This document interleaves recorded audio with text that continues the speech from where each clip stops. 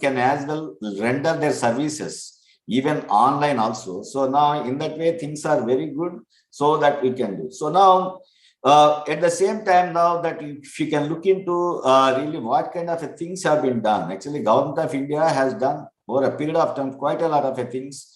They gave a reservation for that products from the MSME, almost around more than 800 products exclusively have to be produced only here. And there is a procurement policy of the Government of India. Then the priority sector loans, there is a kind of a composition was given to the MSMEs. The raw material, machinery and all those things. And also periodically there are some kinds of a rejuvenation programs, whether it is Sufruti or maybe the CLSS, such kind of a programs are happening, and the capacity building is also happening. But notwithstanding all these things, the sector requires maybe a special attention. Why I tell you is the sector's credit requirement, because now we do maybe quite a lot of scoping studies and within ourselves and also go through the reports. This, if you look into the credit requirements of all the MSMEs, I think they require close to around 35 to 40 lakh crores out of close to around 1.18 lakh crores of that entire 118 lakh crores of the entire credit operations of the banking system in the country. Close to actually the requirement is something like 30 to 40 lakh crores, but the present amount that is being given by the mainstream banking institutions is just, I think, around 15 lakh crores. So there is close to around 20 to 25 trillion or 20 to 25 lakh crores of the credit has to flow from the mainstream institutions. So now that is one area where maybe the policymakers and also maybe the financial institutions have to take a call, and it is a work in progress. Definitely things are happening. So now why actually the bankers are little apprehensive about the entire maybe the MSME sector, because close to around 90% of MSMEs do not get maybe finance on a continuous basis, because most of them they are borrowing money from their own relatives, friends, or maybe their own kind of an investment they do, and that itself will hinder their progress, because unless there is a credit. Actually, we believe in a maxim. There's a World Bank report, Price Gittinger, if you read that book, he said that development through credit, because unless credit is there, actually you cannot develop and scale up. But thing is, most of the MSMEs in India are still in that kind of a stage. Even for decades also, they remain at the similar kind of a thing, because there are inherent issues and there are some advantages by remaining small.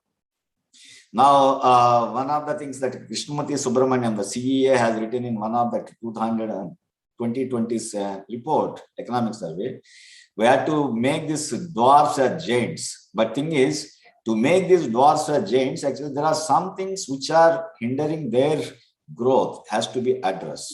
What are the basic things actually? Because we also go around the entire MSME sector, most of the industries we really think. Because first thing is, they are mostly proprietary concerns, and with not much of a great amount of a governance, which the bankers are looking at that kind of thing. This is the first step. So then, second thing is, there is an advantage by remaining small with regard to maybe the benefits they get out of it and all the things.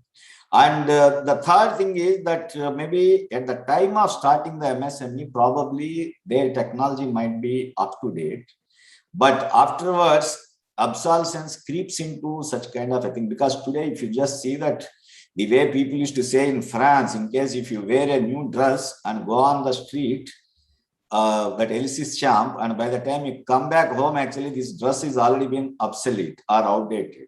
Now the same thing is there with this kind of a technology right now. The way the startups are coming, the way the technology is evolving and morphing, so that everyone has to keep pace with this kind of a new technologies that are happening. But thing is that MSMEs are comparatively very slow when compared to their counterparts in the bigger industry. So this is one area which they are recruiting. Then the other one is with regard to the low production capacity, because the technology is not maybe every time beefed up. I'm not saying that everybody has to invest, but at the same time, so that the production capacities have got their own limitations. And the next one, which we are looking into it, because sometime back I was reading about startups as to really how the startups are relevant or not. If 100 startups start, almost maybe 90% of them will be closed down, maybe by the end of maybe fourth or fifth year, of which if we say that 10% of them will stop, maybe close their shop in the first year itself, because either they don't have that enough capacity to do this one, but the next are the things why they are not doing it, because their market intelligence, because at the time of entry they might have thought that the particular product they are coming is very extraordinary, but thing is me too clones will come up very fast anywhere. So now that they have to keep pace with the trend, and always there should be they should be cut above the rest. But thing is that kind of thing, if it is not happening there, then the third most important thing is obsolescence of the skills. Now this is the one which is happening particularly in the thing, because if you take the labor, most of the labor are basically the migrant agricultural workers, or maybe the thing, they are the MSME laborers. So they are not very skillful. Now, so when compared to China, because I was in China and even I was in Bangladesh and few other countries like Indonesia, if you look into it, the labor skill sets, labor productivity is maybe multifold better than the Indian laborers, because our laborers are not, though they are getting some kind of a vocational training, but they are not maybe that kind of a training really, which is up to the latest kind of a thing. So this is one area which we may have to look into it little more seriously into this one. Then the next important thing which I have seen is that ineffective marketing strategy. Now this is one area, because most of the MSMEs, they cater to niche clients. And maybe at the time of starting, they must have latched on to one major industry, and afterward they say that that is the only whole and soul kind of an industry which they can supply. Instead, actually, they should look even to know really how to diversify and do this thing, because unless you have a basket of products, probably you cannot make yourself very this kind of thing. So this is one area which we have to look into it very closely. Then the next one is the modernization and expansion. As I told that now, modernization is a continuous process, because I am seeing maybe some of the industries, bigger ones. Every time you go to that industry, the same industry, actually you will find a new machine that has been established, because the technology is latest and they'll get the new molds and they do the whole thing. And maybe that may be little difficult for the MSMEs to do this one because of the cost involved, but at the same time, really, they also should go for this kind of thing. So for that, now, I feel that actually all of us should think about the new financial products as to really how they can access the finance at the easiest and the best rate, so that they can also be in the competition with the way actually the other industries are having. Then the other one is that labor issues, anyhow, as we told that maybe sometimes because labor problems are there and they don't have a great amount of managerial skills to do this one, because that HR and other things are the things which are very difficult kind of things which they can't manage on their own. Then that today actually that there is quite a lot of changes are happening with regard to the establishment of KYC, paperless transaction, all those things. Now many of the medium and big industries almost migrated 100% to such kind of a thing. But thing is that MSMEs are yet to do this one. So they need a catalyst. Why I am telling you that now every MSME can't afford to hire a consultant at a huge cost. So that maybe they need a catalyst like this kind of a network or somebody like the way actually now this is being organized. Actually, they should be able to offer a bouquet of a product on a kind of a SaaS model, so that whosoever wants actually at a very cheap cost, actually they should be able to get the benefits. Now today, take the case of urban clap kind of a thing, because now today, if I want maybe any kind of a service, a car repair or maybe a hairdresser or anybody, simply actually I need not look into it. All the people have been already enrolled onto that urban clap. Now I just ask for the service and they are coming and delivering it. The similar kind of a thing should happen to the MSMEs with regard to their HR, their technologies, accounting standards, compliances, and maybe a plethora of things which they are actually undergoing a kind of a turmoil. Actually, these people should have such kind of a access. And somebody in this kind of a consultancy space should offer such kind of a services. So that is the one which I really look into it. Now, as I told that now, after all these things, when the entire MSME sector has got only 16 lakh crores out of around 118 or 120 lakh crores of a thing. Now you can imagine that this sector is operating at less than 30% with the finances from formal sector, which is convenient, cheap, and accessible any point of a time, provided you comply with it. So now maybe every one of us who are there, this one actually, we have to strive towards that, really how to increase this percentage. Maybe now in case if 35 or 40 lakh crores is the demand of the credit, at least maybe every year we have to make an incremental improvement of maybe around 15-20% growth, so that in a period of maybe 5 years or 10 years, actually that everyone will have access to the finance from the formal institutions. Now we have seen in case of agriculture also, this used to be a big problem once upon a time, and now if I look into it, in 2001-2, actually that entire Indian agricultural credit was just around 50,000 crores, but today we have delivered close to 15.38 lakh crores. Again, I will put in inverted commas, from 50,000 crores to 15.38 lakh crores in a period of just maybe around 20 years. And all these things have happened because very systematically we have done. NABARD as a catalyst for the entire thing. We made the credit planning. We rolled out the Kisan credit cards. We made the Kisan credit cards as the e-Kisan credit cards, and subsequently a kind of a drive was put by the Government of India, NABARD, Reserve Bank of India and others to see that every small and marginal farmer is covered under this one. So today, out of 14 crores, that is 140 million farmers in the country, 86% are the small and marginal farmers who cultivate land less than 2 acres or 1 acre. Now, out of this 86%, close to 90% are covered under the formal credit system. So that is the beauty of that one. So now I will say that even the MSMEs should have such kind of a deliverance one day, so that every small and micro enterprise also should get such kind of a fillip, so that the things will work so easily. So this is one thing which I want to see. Now, maybe that during the pandemic, some of the new things that have come, that is the Government of India to give this on that emergency credit scheme has come, and the credit guarantee scheme for the subordinate debt has come, and also the procurement policies have come. Now, yesterday's that survey, I don't know who has conducted, I think something it was there, and they say that many of the MSME clients say that they did not get the benefit of this ELGC scheme or ECLG scheme, because either bankers were apprehensive or these people's credit history has already been compromised and they are not able to get this one. So now maybe there should be something should be done as to really how actually these people should be getting into this kind of. So now there are so many institutions operating to see really how there is a ministry, separate ministry is there, and the CDB is there, and maybe many mainstream bankers are working on this one. But at the same time, still there is a lot of vacant space. Though NABARD as an apex financial institution for the agriculture and rural development. Again, so now that rural development should be constituting 50% of our mandate, but right now it is still maybe a work in progress. But if I really look into it, actually my portfolio, when I divide, I'll say that out of 6.37 lakh crores, 57 lakh crores, which we have done, almost close to around 1.31 lakh crores were delivered to the crop loans at an interest ranging from 3 to 4.5%.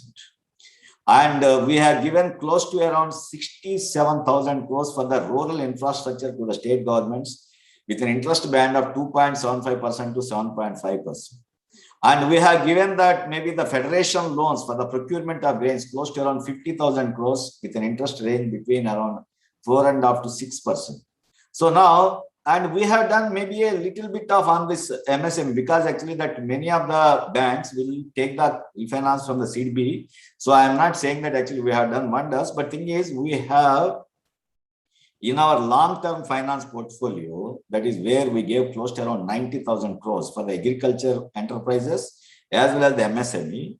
I think close to around 30-40% of it is going to the MSMEs only, because when I look into that entire portfolio. So now that itself is an indicator that quite a lot of an unmet demand is there, and all institutions have to gear up. So now NABARD giving maybe 30,000-40,000 crores in a total demand of maybe something like 30 lakh crores. It is hardly anything. But at the same time, when the viable proposals come, actually that we are willing to do this one. So this is one. And the other one is that where actually we are involved in this one, that in case of Stand Up India, NABARD DDMs are the part and parcel of this, maybe sourcing the applications, putting them across to the banks and try to see really how the things are happening. And also that we have that CLSS scheme, actually NABARD gets the applications and they scrutinize them and subsequently sent to the ministry for the subsidy and other things. And also we have a scheme called the Sufruti. You may be knowing that for the traditional industries it is there. And NABARD is the major player in this one. Now here I will say that now in the last 1 or 2 years, actually we are giving some kind of an exclusive attention to this kind of a thing, because take the case of toys industry. Now the Honorable Prime Minister was also telling that now India should get weaned away from the Chinese toys and we should have our own toys. Actually, most of the toys are manufactured in that MSME category only. So now you might be knowing about the Channapatna toys cluster near Mysore. We have done a kind of a OFPO, that is the off-farm producers organizations. Now, both agriculture and non-agriculture, actually, we are now driving a new kind of a thing called the collectivization of the efforts. In case of farm sector, the collectivized thing is called the farmer producers organizations. And in case of non-farm sector, it is the off-farm producers organizations. Right now, we are having close to around 30, I think 40 OFPOs all across the country. And NABARD has given maybe a grant assistance of close to around 18 to 20 crores to them to start, collectivize, and have a kind of a democratic functioning, so that actually these people can have a bigger kind of a say within the production process, technology infusion, putting the markets. And we have that other kind of a grant products, like where we can give money for that rural marts, rural hearts, and all those things. So that also can become this. So now, whatever we say that now actually all of us are doing, but at the same time, it is still a drop in the ocean, the way the entire sector is there. So now we have to do quite a lot of things on this one. So then these kinds of things. And the other new thing that is happening right now is the incubation. Now, many of you, because the entire country is now buzzing with kind of a startup culture, and agriculture incubation and agriculture startups are also not immune to the developments. Today, with the patronage of many people, right, from government to everyone, and including NABARD, close to around 1,000 startups in agriculture have come. Maybe the similar amount might have come in the even the non-farm sector also, because now ultimately at the startup level, purposes are intertwined. Actually, the same startup can cater to this and that and all those things, because most of the startups, if you look into it, the way they do is they do the process improvement, they do the re-engineering of the things, and they do the value chain kind of an integration, and they do the financial products, and they see that maybe sometime they put the whole of this thing on the blockchain, so that maybe the buyers abroad will know really who exactly is producing at what rate, what kind of materials are used, whether the child labor is used. So many things are there. So now when all these things are happening, I think that right now the culture with regard to the startups is picking up a lot, and we have some 7 agri incubation centers were started with various reputed universities, whether it is maybe IIT Kharagpur or maybe the Mother Agriculture College and maybe Telangana Agriculture University, then Haryana Agriculture University, all those things. So now, when I see that in some of the successful incubation centers which we have financed, I found that maybe 100 to 300 kind of a small startups are getting maybe incubated there. And most of them will be the future MSMEs also, because they are going into some kind of a product improvement, bringing a kind of a value to the whole of this thing. So these are the things which I'll say that now we require to nurture, and we are doing it. Now, the other thing is we have a thing called the catalytic capital fund. NABARD had earmarked some 10 crores of this catalytic capital fund, where we will give this money to that kind of a startups which are entering into that death valley kind of a phase, the tough phase, where actually between 3 to 5 years is a very tough period for the startups to survive. And whosoever survives that particular period, actually they are going to be the winners. So now we have set up that catalytic capital where the successful startups which are into any kind of a category, we will give maybe up to 1 crore as a kind of a grant so that these people can still continue and do this thing. And as I told, we have rural hearts, rural marts, which can be integrated to kind of a thing. And the other thing with regard to the MSME is that geographical identification, GI products. Now, many people will be doing, but NABARD had financed quite a lot of GI patents. Particularly the works in Varanasi, the works in maybe the toy industry somewhere, maybe something else also. So many things are happening.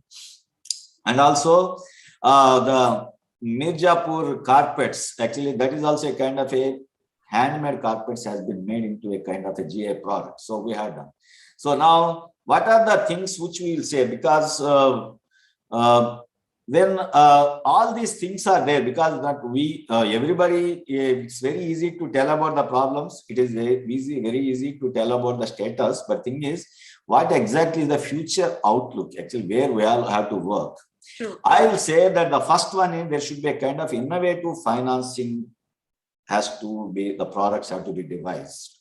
And this innovative financing can be in the form of maybe so many things, new products are coming, and some of them will be the kind of impact bonds. Actually, now that impact bonds have to be devised, and these people should be able to get the money from anywhere, because the PE funds also can fund, or maybe anybody, so that actually they will be having freedom to upscale and do the business. This is the one which we should do. And this is the one now, a new concept that SEBI and NABARD is trying to do. This one is that social impact bonds. That is a separate kind of a thing which are looking into it. And so now these enterprises which are into that social kind of a services, but thing is still they can also go into the market. So that also we are doing.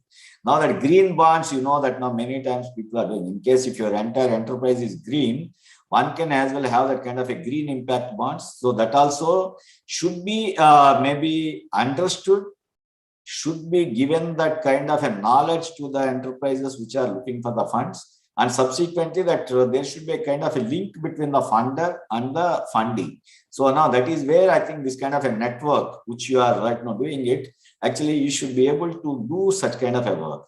The other one is that very important thing is with regard to the skilling. Skilling and reskilling. These are the two things which are there, because ultimately a skilled worker, if he can deliver 100 mobiles an hour, probably an unskilled worker will deliver 20. Now that efficiency levels and the cost part, now that is where, now as I told in the beginning, when I was going to a few of the factories in China, Bangladesh and others, I think they generate almost 2 or 3 times more productivity when compared to the Indian enterprises, because of the discipline, because of the things which they are having, the kind of a system they put in place. So now we also really require maybe such kind of a thing. Then the other one is with regard to employing the woman, not only employing, encouraging women. Now today that women are into every kind of activity. So now we have, because why I'm telling about this very specifically is, some time back, that is somewhere in 1987-88, actually, if you look into the statistics, almost near 100%, barring those women who are there in the formal employment, they never had the bank account. But subsequently, with the NABARD's intervention, the way the SHG program has been designed, launched, and subsequently this has translated into the MFA and other things. Today, almost every woman, and with the PMJDY, every woman in the country has got the account. So when this kind of a thing is happening, women are raring to become entrepreneurs also. So now that is where we feel that now the network has to encourage women to graduate into that kind of a woman entrepreneurs.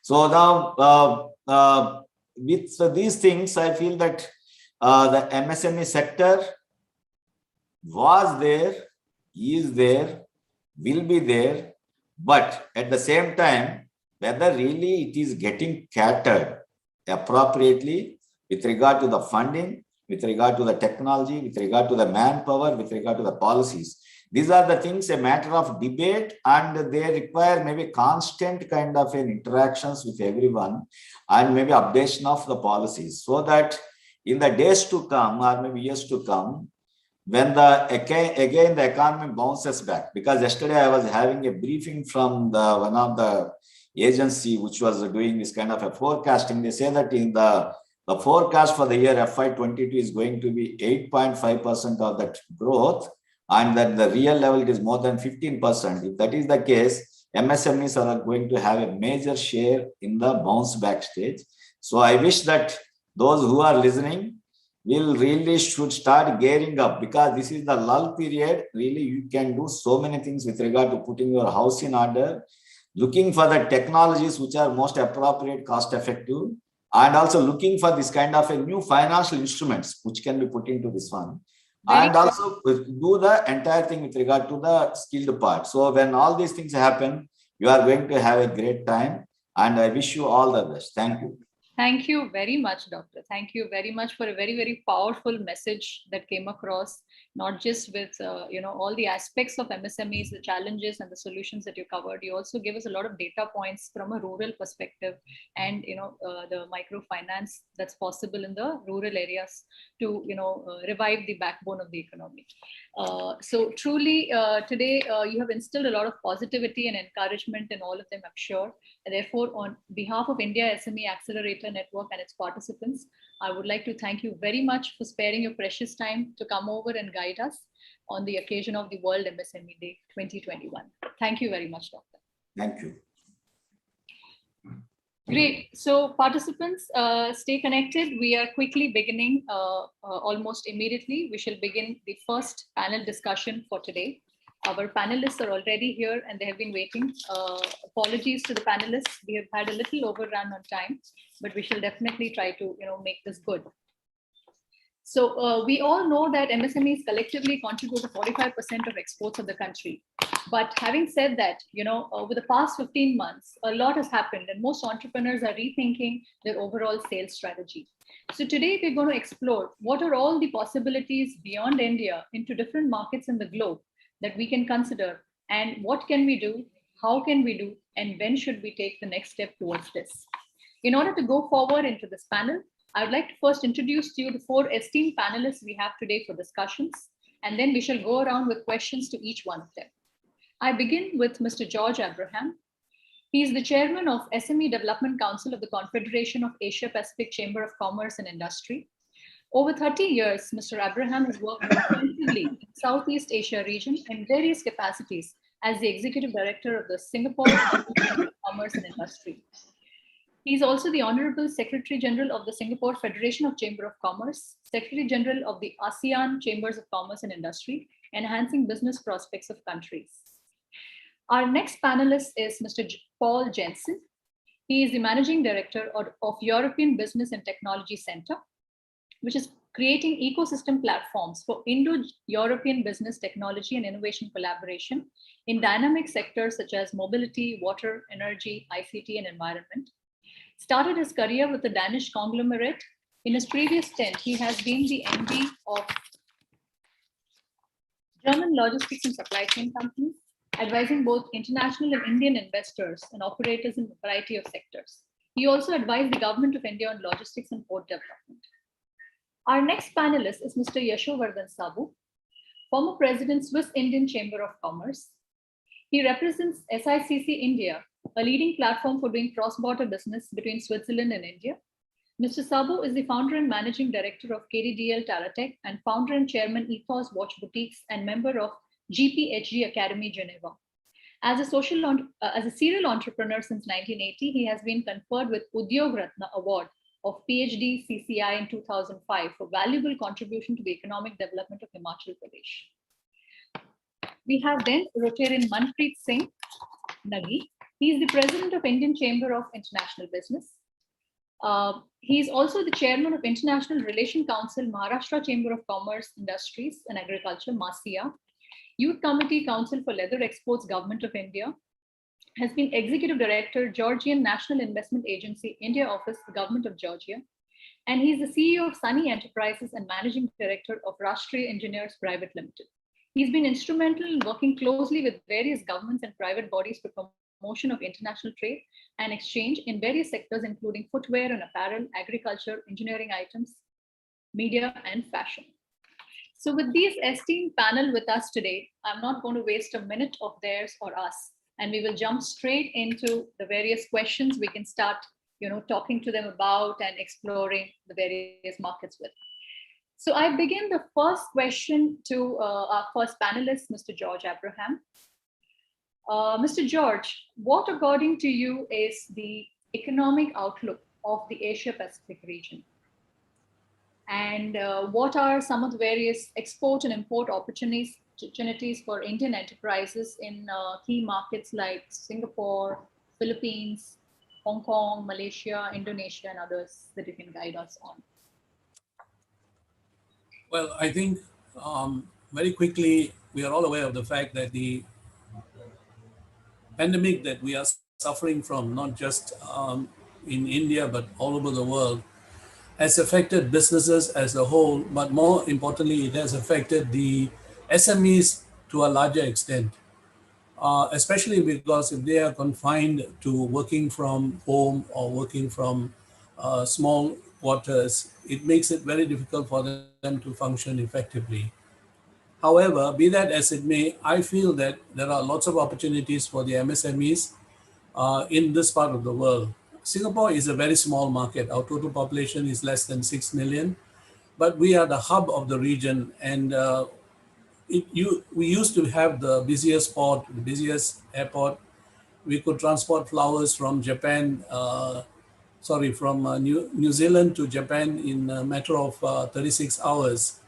But all that has now come to a halt. And so a lot of the SMEs have been affected.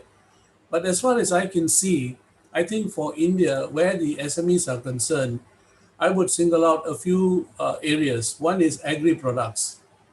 Agri-products have a great potential. You'd be amazed that even in Singapore, fresh vegetables from India have been available in the markets until very recently transportation was affected.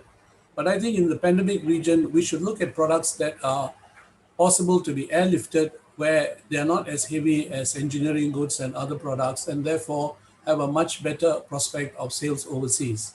So the whole of Southeast Asia is a very good market for many of the specialized products that come out from India, especially spices and related goods. Now, if I may single out a few areas where MSMEs can look at in the long run, agri-products is one, engineering goods. India has many states which have built up capabilities in light engineering goods. What they need is marketing, packaging, and they need partners that they can work with. And this is where we are able to provide the assistance, especially from a country like Singapore, because we have the facilities built up to work with partners overseas. Medical devices is the other area which has great importance, and also pharmaceuticals. And I would like to mention something that cottage industries would be included, and this is handicrafts. Actually, it pains me to see that the craftsmen of India are a dying breed because they're not getting enough support in the marketing of their products. From my own experience, and I'm sorry to say this, many do-gooders appear on the scene and say they're doing social surveys, and they work with some of these people in handicrafts. But the products, when they go out of India, command a much higher price than what is being paid to those people. So there has to be a better structure for aiding these people. And the second part of my discussion, I think I'll be talking about embassies and their roles and so on. So joint manufacturing, in the long run, once the pandemic lifts and it's possible for businessmen to travel up and down again, I would certainly welcome the Singapore Indian Chamber of Commerce working with the Chinese Chamber and the others in Singapore to bring the SME people to India to work. Now, I can give you one good example. Everybody in India loves peanuts. And there is a company here called Tong Gardens, which has been specializing over the years in marketing packaged peanuts and groundnut products. They tried to market their product in India and found that the cost was too high for the Indian market. And then they realized through market research that they actually have the raw product available in large quantities in India. And a lot of it is actually going to waste because it's not being utilized fully. And so they set up their own manufacturing plant, production plant, packaging plant, and they're now not only selling into the Indian market, but they're actually exporting the product out of India. Now, this is just a very simple example of the kind of gold mine that exists in India, but which is untapped because people are not aware of what can happen in these cases. The other area that I have, because of the short time, let me quickly address it, horticultural products. Now, a small country like Singapore makes millions of dollars exporting flowers, and we're talking about orchids. And this is something that can be replicated. India has been blessed with climate that is from the north to south varied and has various types of horticultural products which can be exported. What they need is proper packaging. And if it is in outlying areas, they need freezer transportation that will bring it fresh to the market. And this is also in terms of fruits, because it pains me to see that fruits are being just thrown and thrown away because there's no market for it. When actually there could be. It could also be turned into fruits and jams and so on, if there are proper attention given to that. So this is another area. The other thing that you can look at is, because of the temperate climate available in India, you can have things like mushroom farming, which again has a big product because they are now turning it into capsules which are sold as medicinal products. So there's no dearth of intelligence in India, raw material products in India. What is basically required is how to harness this and find a way to tap them into an export-based industry. I think the problem is that all the intelligent people in India are looking at large projects. They're looking at information technology related products, projects. And so these treasures that are lying around are largely neglected. The other area is, of course, textiles. You have fabulous textiles, historically dominant in India, which has been exported out. But unfortunately, they're going out as bed sheets, they're going out as tablecloths, but nothing has been done to change them into other things. You have fashion designers who have produced wonderful products, but none of them are working hand in hand with the people in Southeast Asia, for example. If you know your history, the footprint of India is very much there in all of Southeast Asia. Their dance forms, their music, even their clothing is to a large extent affected by what history has left behind. Now, there are great opportunities for fashion accessories, for ornamental products to be associated by bringing young designers together from ASEAN countries, for example, with India. But somebody has to take the first step. So I think, there's no dearth of possibilities for MSMEs. Unfortunately, people look at MSMEs as if they are a thing of the past, and we should be looking at big business. We should be looking at the digital economy and what can be done with it. But even for MSMEs, digital economy can prove great because the access to international markets is much greater. Very true, very true. Very, very beautifully put, Mr. George. One other aspect that I would like to take up under this is what was mentioned by our previous speaker. Women entrepreneurs, I feel, are neglected in India. We have a lot of women entrepreneur groups in the big chambers of commerce, but the real women entrepreneurs are those that are struggling in the villages. They're the ones that produce handicrafts. They're the ones that produce textiles. They're the ones that produce all kinds of products, but they're not getting the attention and the assistance that they need. And this is one area that has to be looked at, because if we look at the Asian milieu, especially in the villages, the hardworking people, in my opinion, pardon me if I'm wrong, are the women. And we must find a way to tap them. And some of the things that I talked about, mushroom farming, horticulture, fish farming, all these are things that can be done by women in villages. What they need is the support to transport the product out into the markets. So I think for the first part of the question that you asked me, I tried to cover as much as possible. Wonderful. Thank you very much for the information that you shared, Mr. Abraham. I'll come back to you with the next question in a short while. I now go to Mr. Manpreet Singh to give us a bit of an economic sense and outlook of Middle East and Africa. As we move from Asia Pacific now, we come down to Middle East and Africa. So, what do you think are some of the opportunities available here in terms of export and import for Indian MSMEs? First of all, I would like to really thank the India SME Accelerator Network for giving me this opportunity to talk to the MSME companies, and to explain to them that what is different and what has changed. We've been typically as an Indian MSME looking at sectors or looking at markets that have been traditionally always been predominant, like the US and the UK. And later on, we shifted to Africa. The entire country started exporting to Africa, lock, stock, and barrel. But Africa, first of all, you have to understand a lot of people lost a lot of money. So you have to, whenever you go to a new market, the first thing that you have to check is what the market is all about. We just assume that, oh, it's a new market, they are paying cash, so let's take. So, but there's lots of pro and cons. So if I'm talking about the African market and people who've been exporting there, we would be told by a lot of people, oh, it's a good market, it's a big market, but we lost a lot of money.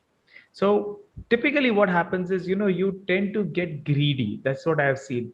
The MSME companies tend to get greedy. Most of them are still, even in today's times, do not have an organization net or structure, if you ask me. So it's just like a father-son duo that's working, or somebody who's in the middle ages working, even if its turnover is 500 crores, but it's still very centric in its decisions. So we have to understand that when we make a decision, the profits are ours, but so are the losses. So, you have to, when there is somebody near us, we can always go there, sit on the table and demand our payments. So you have to really understand that if you have to go to Africa or you have to send somebody to Africa, the costs involved in that, the communication costs involved, there are a lot of other factors which we don't really factor in our pricing when we give our costings to especially Africans and even in the Middle East. Middle East and Africa are two very different markets. Middle East, some countries are there that give you such a huge margin for your products, and Africa, they don't give you any much margin, but they give huge volumes. Like when you talk about Ethiopia, I would say, so Ethiopia is the center of the entire African continent when it comes to political center of the African continent. So if you start your entry from there, you assume, you have some representation from every country sitting there. So you need to plan your approach. That is what we don't do. What normally we do is, oh, XYZ exported a lot of his products to Tanzania. So let me start with Tanzania. We don't do our homeworks. As an MSME company, we are doing everything from a peon to the owner. So most of the companies, irrespective of, we might have people doing all that, but still, we have this habit of interfering in everything. That's our nature, I guess. Yes, some people are changing, some people are evolving, but looking at that, you have to understand that there are 55 countries in Africa. So these 55 countries are very different. Like in India, we have these 29 states and union territories. Jammu and Kashmir cannot be compared to West Bengal, cannot be compared to Tamil Nadu. So you have to understand that one size does not fit all. So do your homework very well. This is one thing that I would like to advise everybody. Study which country is an expert in importing and exporting what product. For example, George mentioned cashew nuts and peanuts.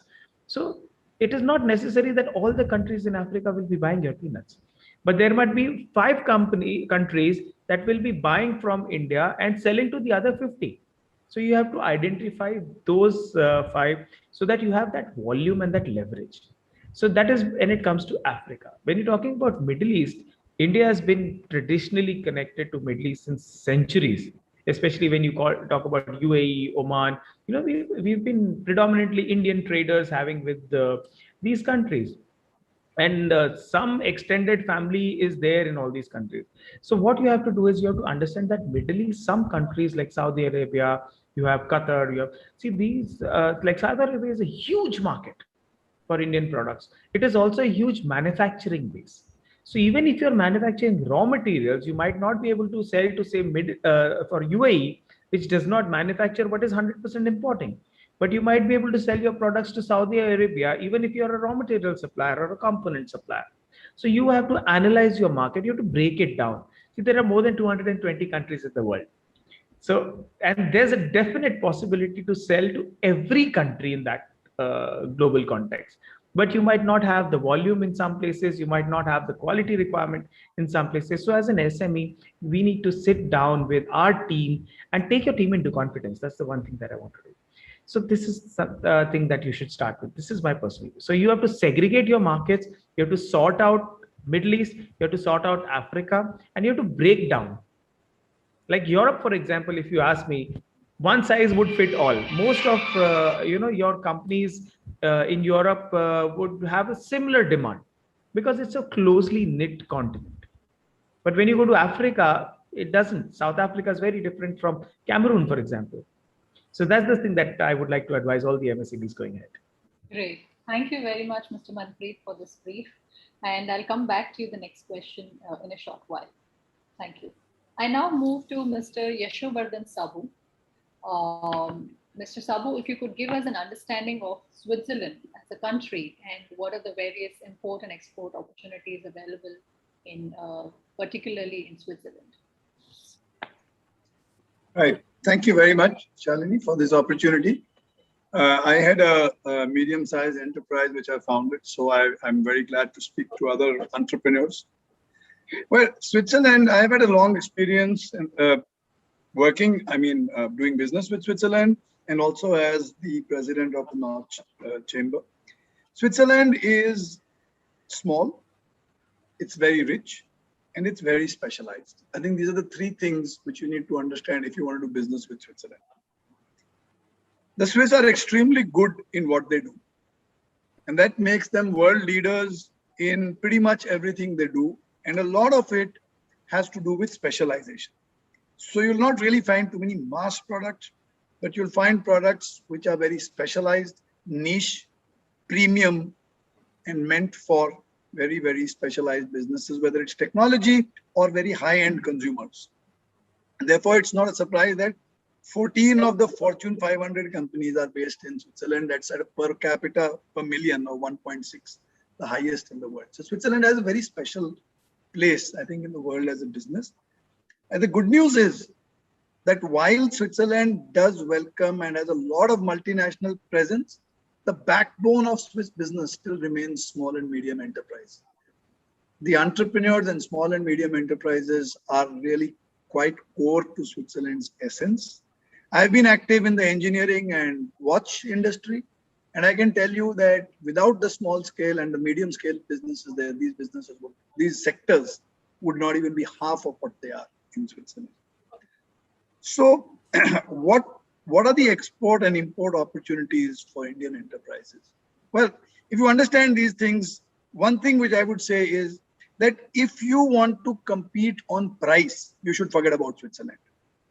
Neither import nor export. Because Switzerland is not the cheapest when it comes to producing, and they don't want to buy cheap. If you want to export to Switzerland, for instance, there are four things they always say. Quality comes first, service and dependability comes second, your communication and ability to keep up with them comes third, and last of all comes price. So you have to be a specialist in what you do.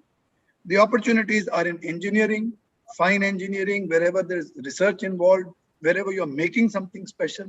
Obviously, pharma and medical is a very, very large field in Switzerland. You have global giants based there. So anything relating to this will immediately catch the attention. You'll find a market there. Services.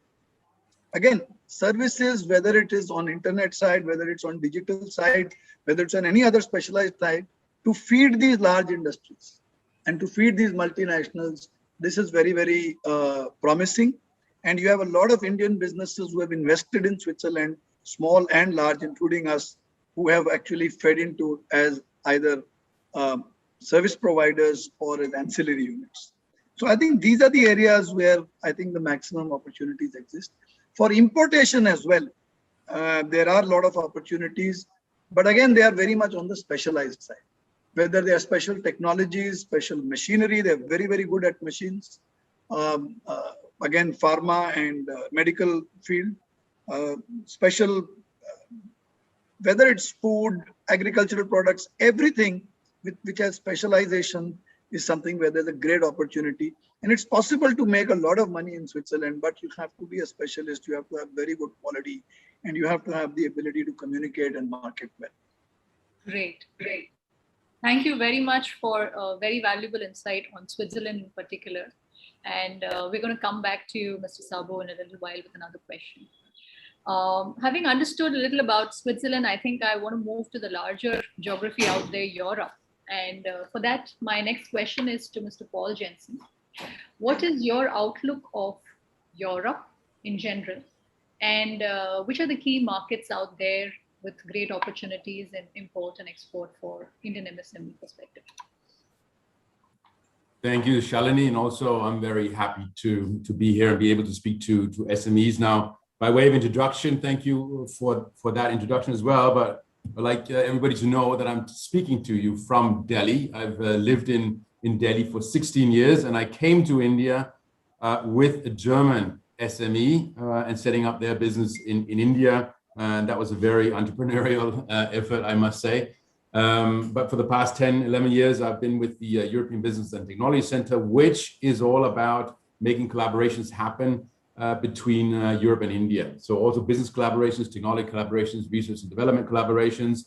And the majority of the companies we work for are actually SMEs. And that's also because it's a government it's a government, we all know that the SMEs are the backbones of both economies, both India and the European Union. And so a lot of effort needs to be put in there. It's not what we always see in the newspaper, because it's easier to announce a large Airbus deal or a large BSF deal or a large Tata deal than it is to get the same amount with a number of SMEs. But nonetheless, a lot of effort is going in the support of SMEs, because a lot of support is required. Now, through the COVID pandemic, the European economy has been hit, and obviously also the European SMEs specifically. So a recent study by McKinsey actually said that the sector of the economy, the SMEs, which provides 2/3 of the workforce and 50% of the economic value add in Europe, more than 50% of those SMEs were very concerned about the economy and whether they will even be in existence in 12 months' time. Yeah, so that's a big impact. And the issue is also with SMEs that whilst it's such a large part of the whole economy, SMEs are not the companies that are the typical ones who trade internationally. So if you look at the numbers, the statistics, even in Europe, most of the SMEs by far, way beyond 2/3, I think it's 75, 76% trade only domestically. Yeah, and then a small portion trades with a neighboring country. And then very, very few statistically trade with anybody outside the European Union. So that's a big challenge. So now telling European SMEs, hey, engage with India, they're bleeding, they're hurting, and then telling them to work with India is a challenge. And I see the same issue a bit in India. So I think India has also been hit and will also bounce back. But it's not maybe the first thing on the mind of an SME to say, oh, okay, we're licking our wounds, let's look far apart to a new market, because I completely agree with Manpreet. It's a lot of effort. I mean, it should not be something that's done haphazardly or ad hoc. You do need to think about who can support you, who could be a good partner, what is the market, what product do I have that is interesting for a given market.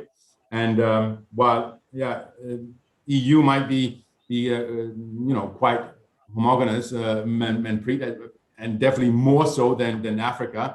But still, you don't see many Estonian companies selling in Italy or Spanish companies selling in Denmark. I mean, that is, although it's easy, although there are no barriers, and it's all everything's been done to make that conducive, it still takes effort for anybody to export widely. But in my work in making all these collaborations happen, whether it was with the German SME that I came here to India with, or with the European Business Technology Center, what I have typically seen in collaborations that have failed, that have not come to fruition, it is typically because the quality and the standards have not matched. Yeah, so There may be an Indian SME that produces a great product, but a lot of other norms and qualities and standards are not where a European company would require it, and are afraid to. And it goes the same if an Indian SME wishes to export to Europe. These are things you have to take into account, because even very, very recently, the German parliament has passed a bill that says that German companies are responsible for their suppliers. So there's a supply chain law that says if you're supplying from wherever in the world, you are responsible for whatever the actions are of that supplier. So that means all of a sudden you will have a market that is driving you as an SME in India to look at all sorts of standards. So it's not only environmental and sustainable standards, it's also health, it's also gender, it's quality, standardization of processes. So there's a lot of things that I think we can talk about. And we also put a lot of things in place that I can speak about with the next question, Shalini, of how can that support actually be done, and because there is support to be had there. Yeah. But having said that, the EU and India are very, very firm on enhancing and deepening their partnership. So at a government level, there was only very recently on the 8th of May, an EU-India summit where Prime Minister Modi met not only the EU leadership, but all the leaders of all the EU member states, which goes to show that there's a lot of push behind the government on both sides to say, let's work closely together. A lot of topics on that is sustainability. So there's a lot of renewable energy, there's a lot of water, there's a lot of e-mobility, a lot of areas where there's going to be a big push and a lot of opportunity for collaboration in both directions. Wonderful. Thank you. Thank you so much for the details on Europe, and especially the point that you touched upon, the quality standards that need to be, maintained for businesses to be able to approach Europe. With that, I'm going to start, coming to the second round of questions. I see a few people raising their hands. We would love to hear from you. Could you please write down in the chat box or Q&A box as to what is the question you're looking for, and we will definitely pick it up with the panelists we have here today. So I'm going to start, to the second round of questions, which is representing some of the participants' questions. So this question is to Mr. Mantri. How should you approach a new market? People are keen on understanding if they are gunning for a particular market. How should they approach, a new market for expansion of business? So when you're looking at a new market, first of all, you need to do your homework very well. So like I said before, there are 220 countries. So you can't possibly overnight start selling to everyone. For example, somebody asked the specifics regarding the food industry or the spices industry. So, every country eats food. So spices is definitely your market the world over. But you need to understand the food palette and the taste of these countries. For example, you cannot sell chilies to Germany because they don't eat spicy food to that extent. But yes, definitely in Italy, you can sell the chili flakes or pizzas and pastas. So that's a market. So you need to do your homework very well. You need to understand that, for example, Russia and CIS, they consume a lot of pepper, but not the red chili. So you have a huge palette of products. For example, somebody who's into toys. Now China is selling toys to the whole world, like we heard from the Honorable Chairman from NABARD.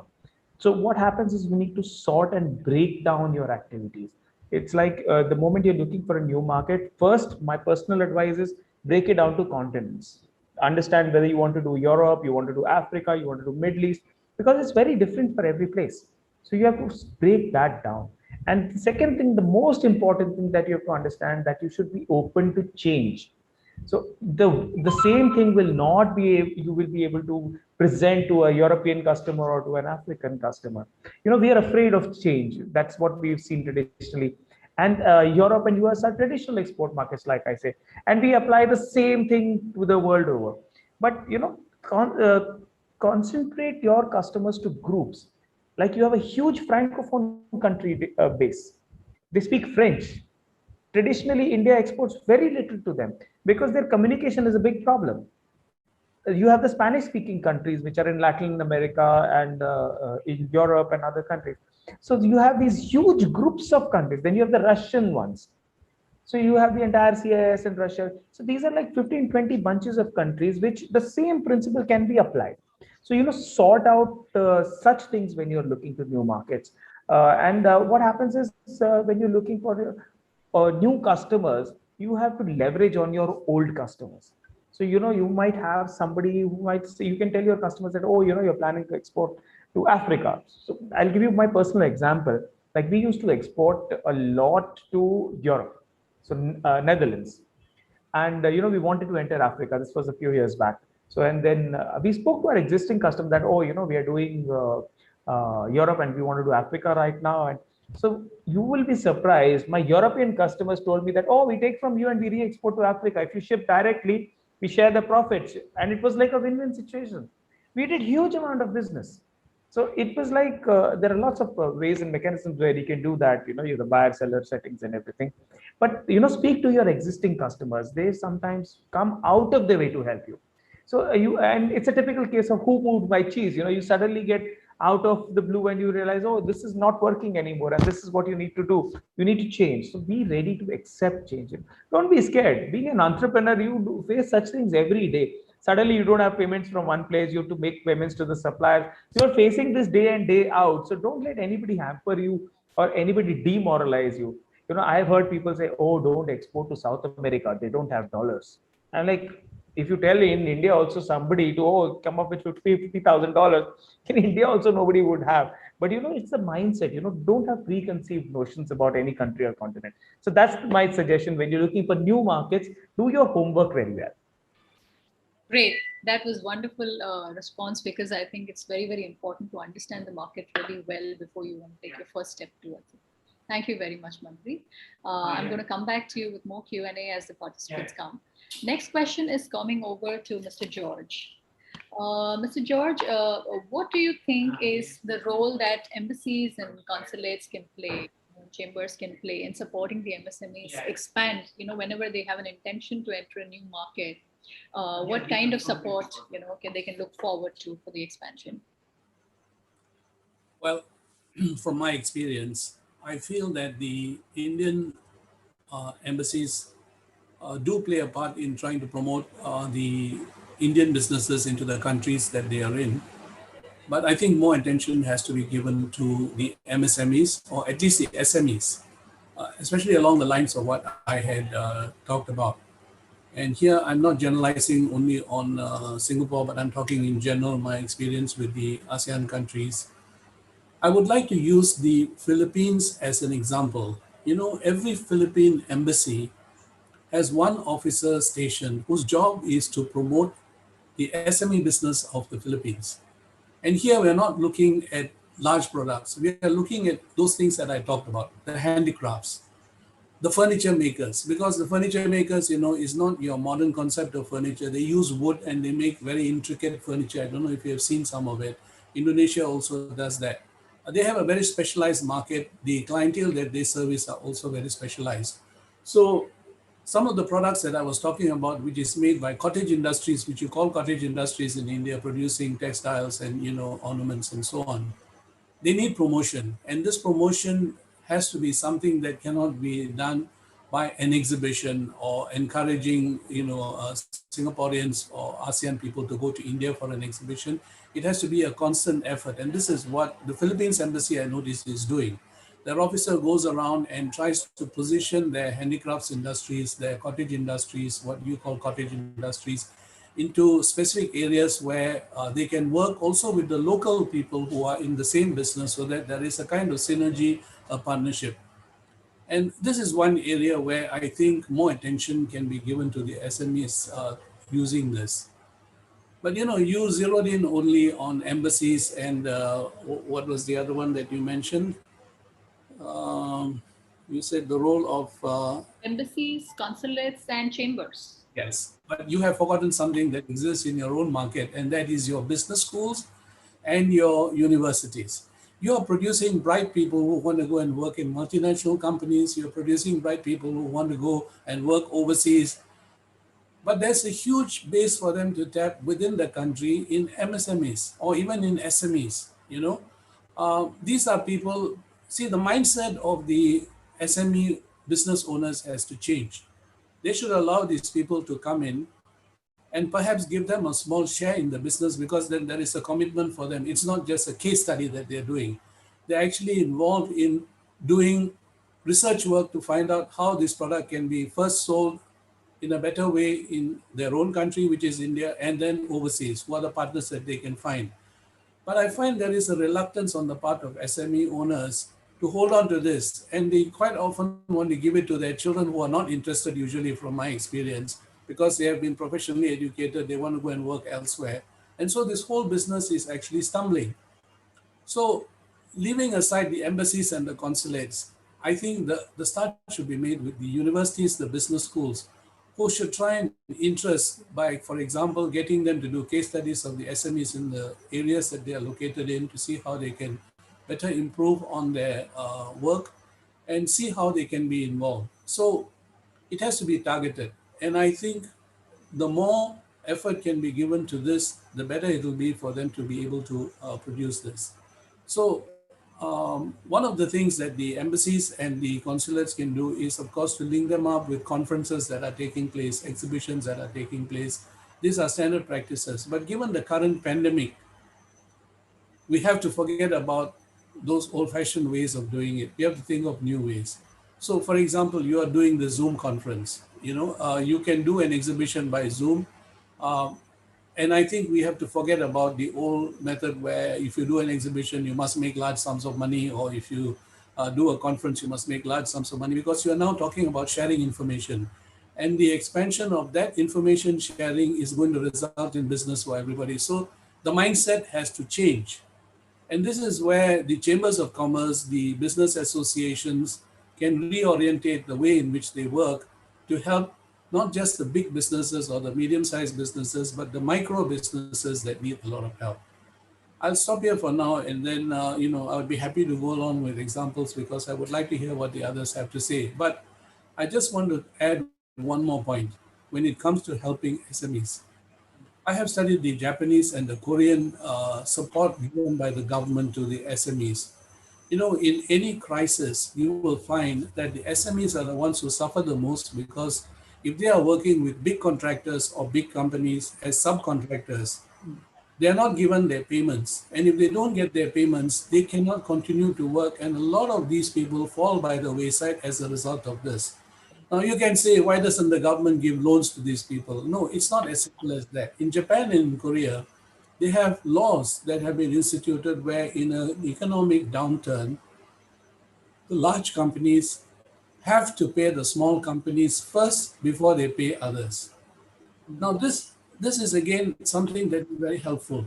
The other thing that I noticed about the Japanese and the Korean companies is when the big companies go out, they take a lot of their SMEs with them, because these SMEs can then do the subcontracting work or the additional work that can be done by them, and the big companies can concentrate on what they are doing. Now you find that China has done this excellently. Wherever they have gone out of China in construction and in various other areas, they're taking their smaller companies with them. And this is a lesson that India has to learn, because the big companies, when they go out, should try and see how they can take the SMEs along with them. And sometimes even the MSMEs have a role. I'm not in favor of this use of micro, because the word micro makes it look as if it's an ant that is crawling among the caterpillars and the grasshoppers, when actually they have a lot of potential. So yes, we need a classification, and so we say micro and small and medium enterprises. But I think that word should not limit us in our thinking. Nothing. True. Very true. Very rightly said and very rightly pointed out. And I also like the fact that you spoke about why look for external help, look internally in terms of the capability building of people with academic institutions, and get don't force it to the next generation. Give it to the people who can manage a business better. The qualified people who can manage the business better. Very rightly put, and thanks for that completely. I'm going to now ask Mr. Sabu, what according to you, in the current situation that we are with MSMEs looking to revive, Mr. Sabu, what is, a little guidance from your side? How should they go about market expansion at this point of time in particular? Mr. Sabu, I think you might have to unmute yourself. I'm sorry about that. So I presume this is not only about marketing in Switzerland, but it's marketing in general if you're looking for growth and market expansion. That's right. I think a few things which I noted where MSMEs have to work especially hard. One is catching up on communication.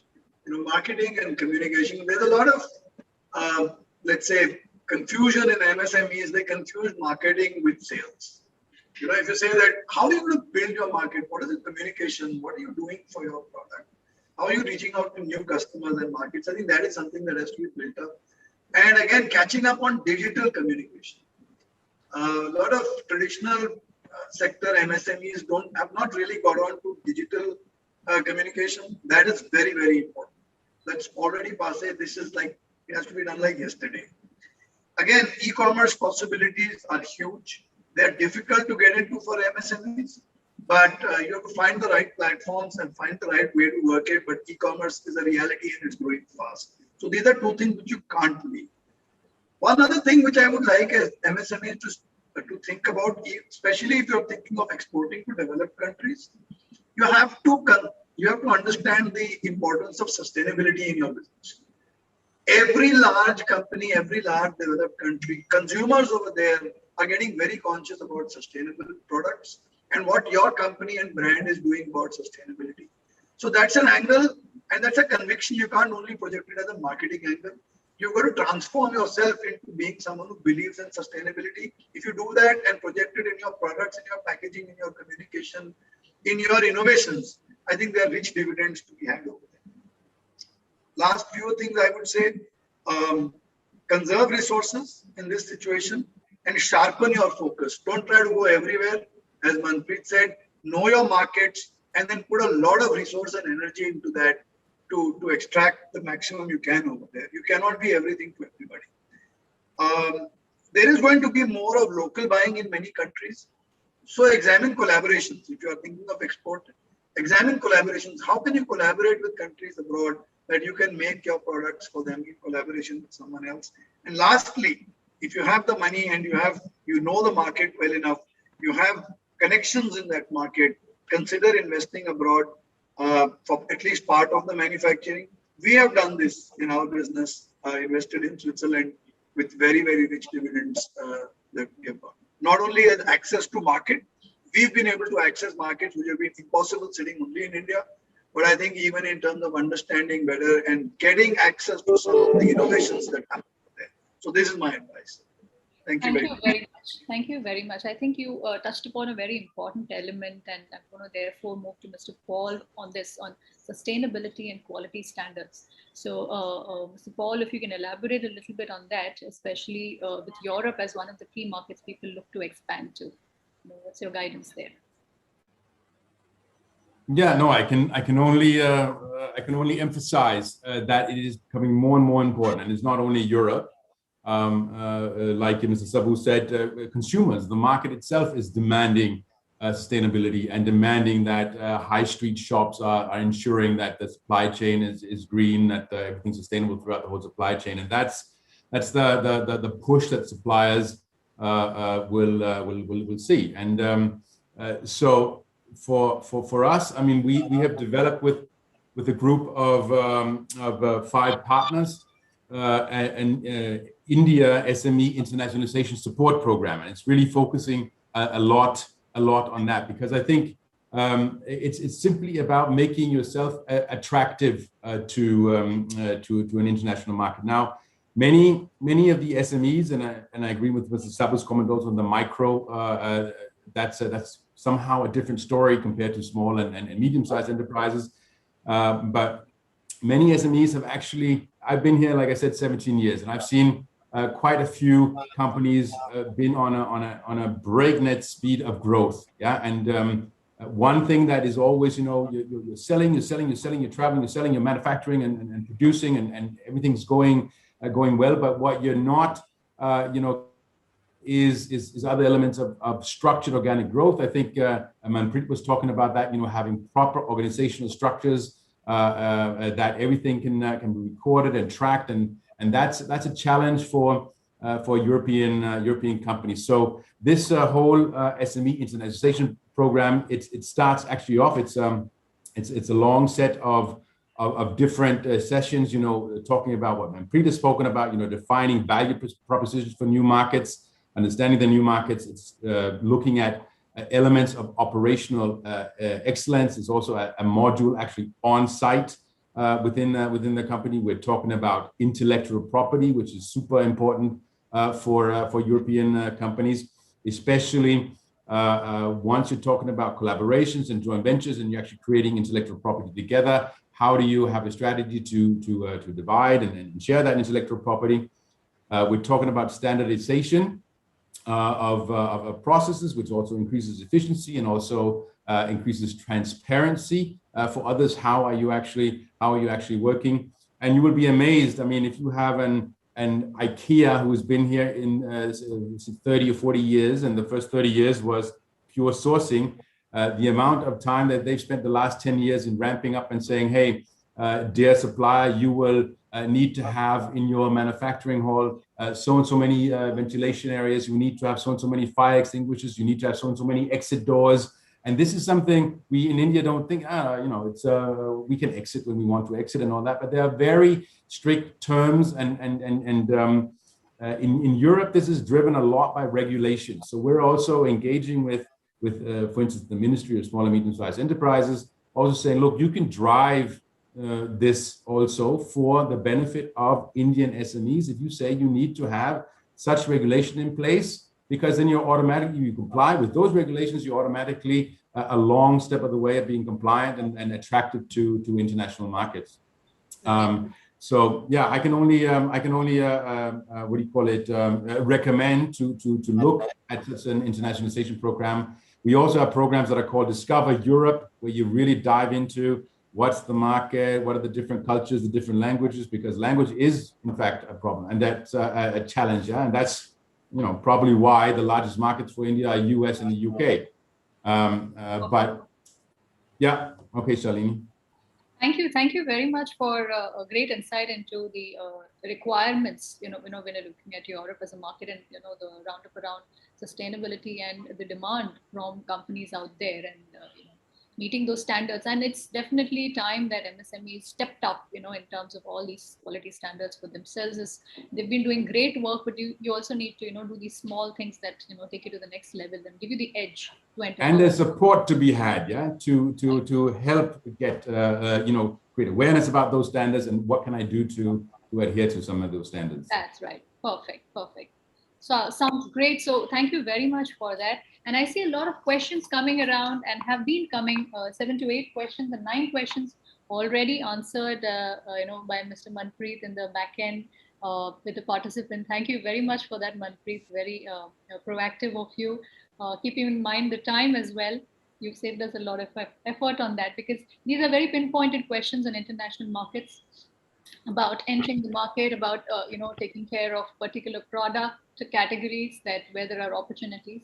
The last question I think that could be addressed here is an important one, and I would allow anybody on the panel to take this, is about, India has been exporting fruits and vegetables to Dubai for many years, and then there have been a lot of frauds happening in Dubai. How do you tackle this issue? Especially, and it's not restricted to Dubai. I think based on the question, you could look at any market for that matter. If you're entering and you are genuinely going into business, but something goes wrong, with regards to fraud or, not receiving payment, what do you really do? How do you tackle that situation? Any of the panelists, please? Can I answer? Yes, please. So first, we need to understand that what exact is it really a fraud? So an exporter losing money can have many factors. So in India, we assume, especially when it is agricultural farmer, what happens is you get a customer suddenly goes to Nasik. Nasik is the center for onions. And he says that, I import 20 containers of onions per week. So please export. So this guy takes an advance. He exports everything, just loads everything on 20 containers and sends.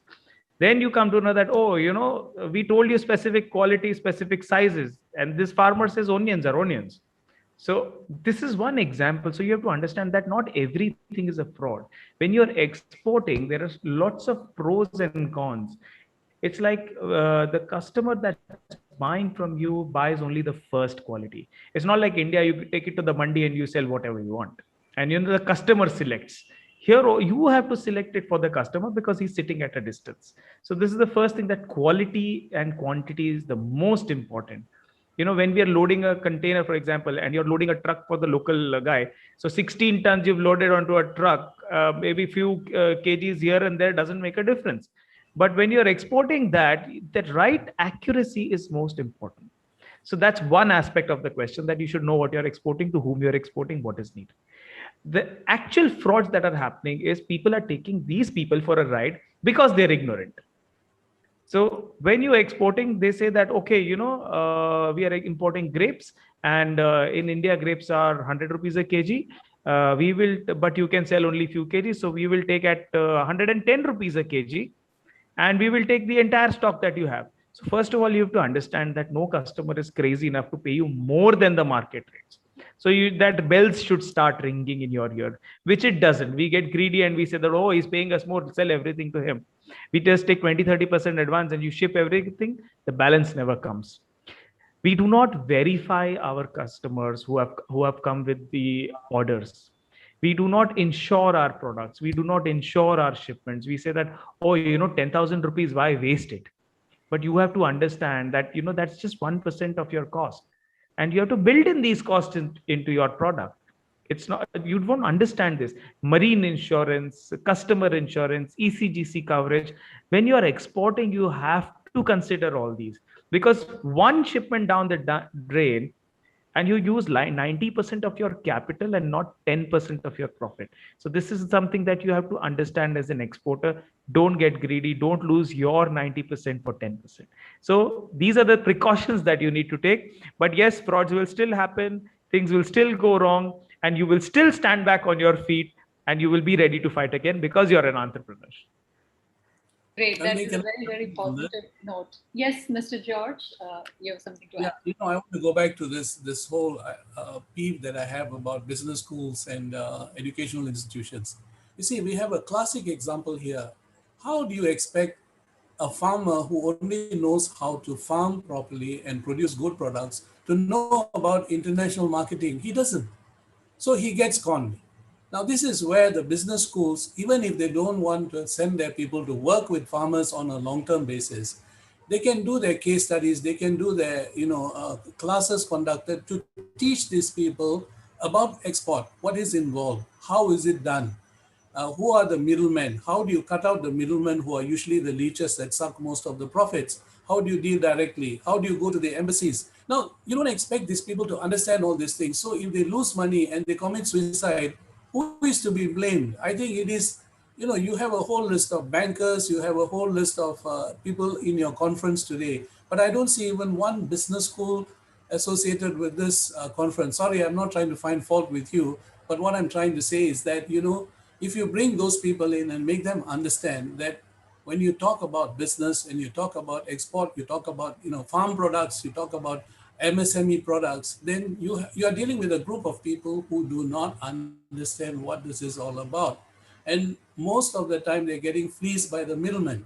So how do you prevent that? You got to educate them. So the educators is not about, ABC and so on, or mathematics. It's about understanding the elements of business, the elements of export.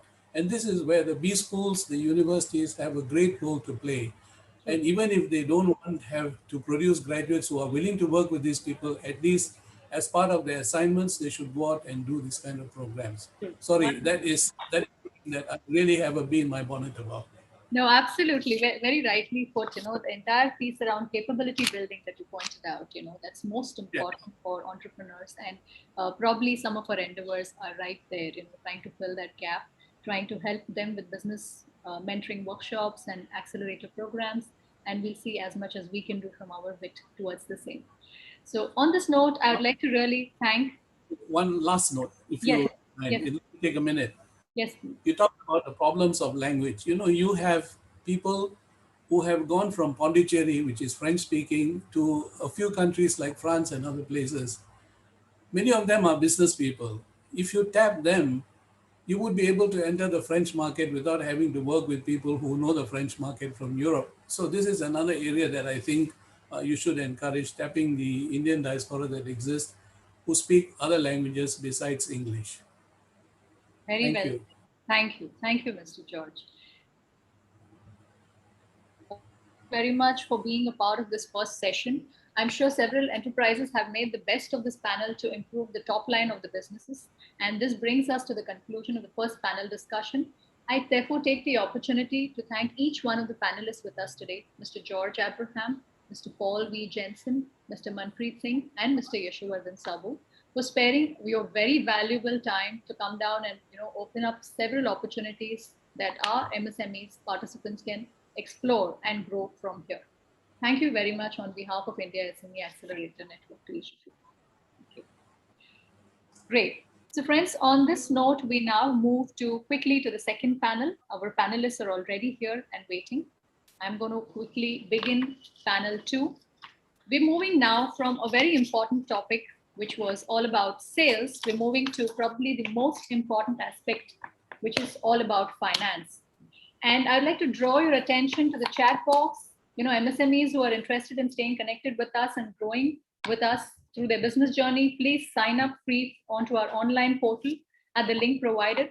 Our online portal helps businesses with the much needed ongoing support with business mentoring, business tools, resources, articles, business updates, business networking with peer MSMEs, and a lot more through the growth journey of enterprises. So please join in free, explore, and benefit as much as you can. With that note, we're moving to the most important element of finance, and probably something that's becoming the most important factor for the growth of MSMEs right now. We all know that MSMEs contribute to 31% of India's GDP, yet their ability to scale remains a challenge due to fundamental financial constraints.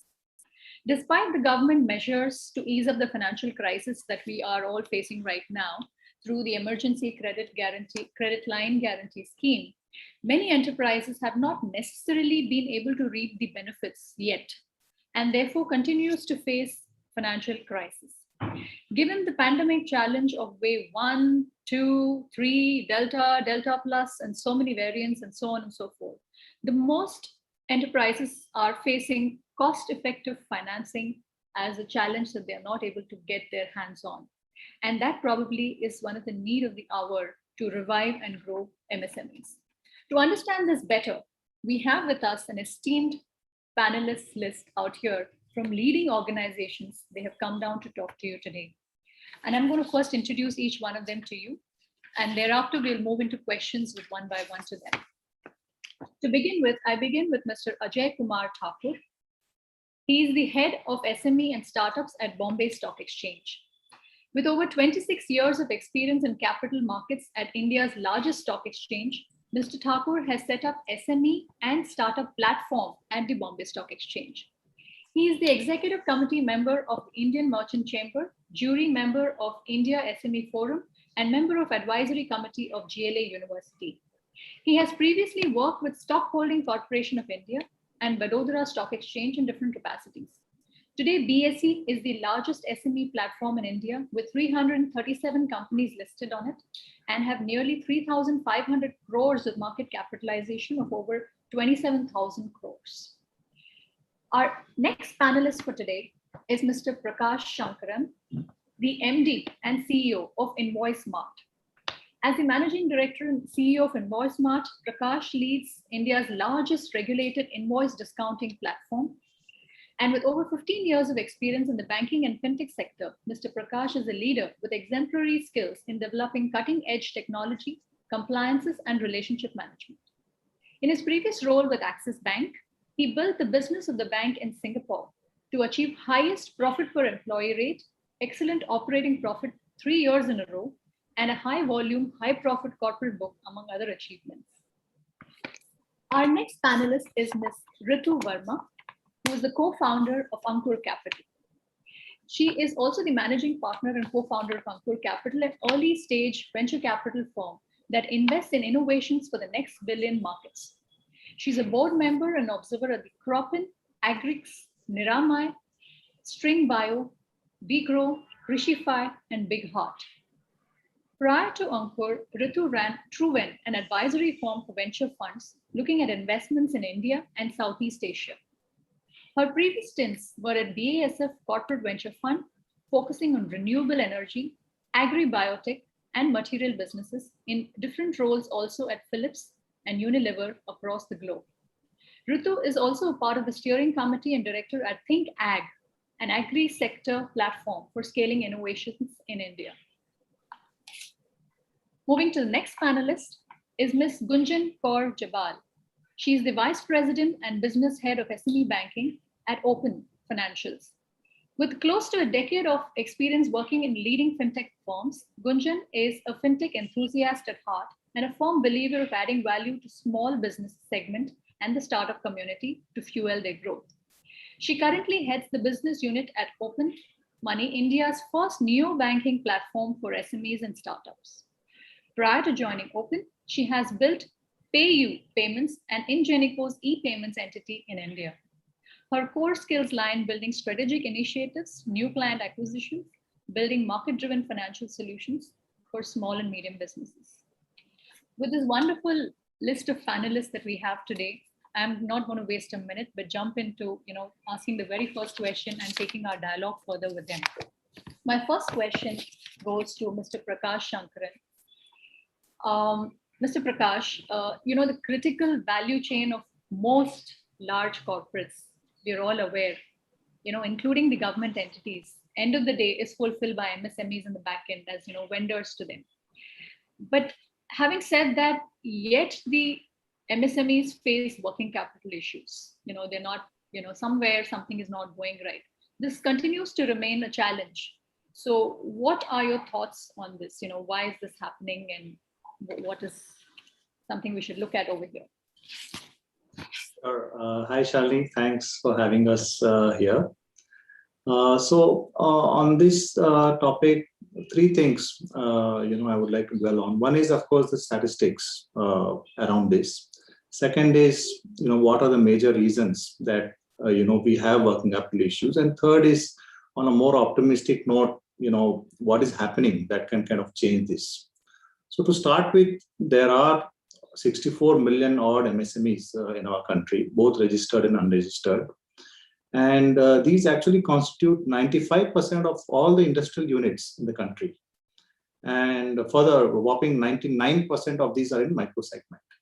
And that, is where the problem starts. I mean, if you look at debt demand, that is already in the tune of 70 lakh crores.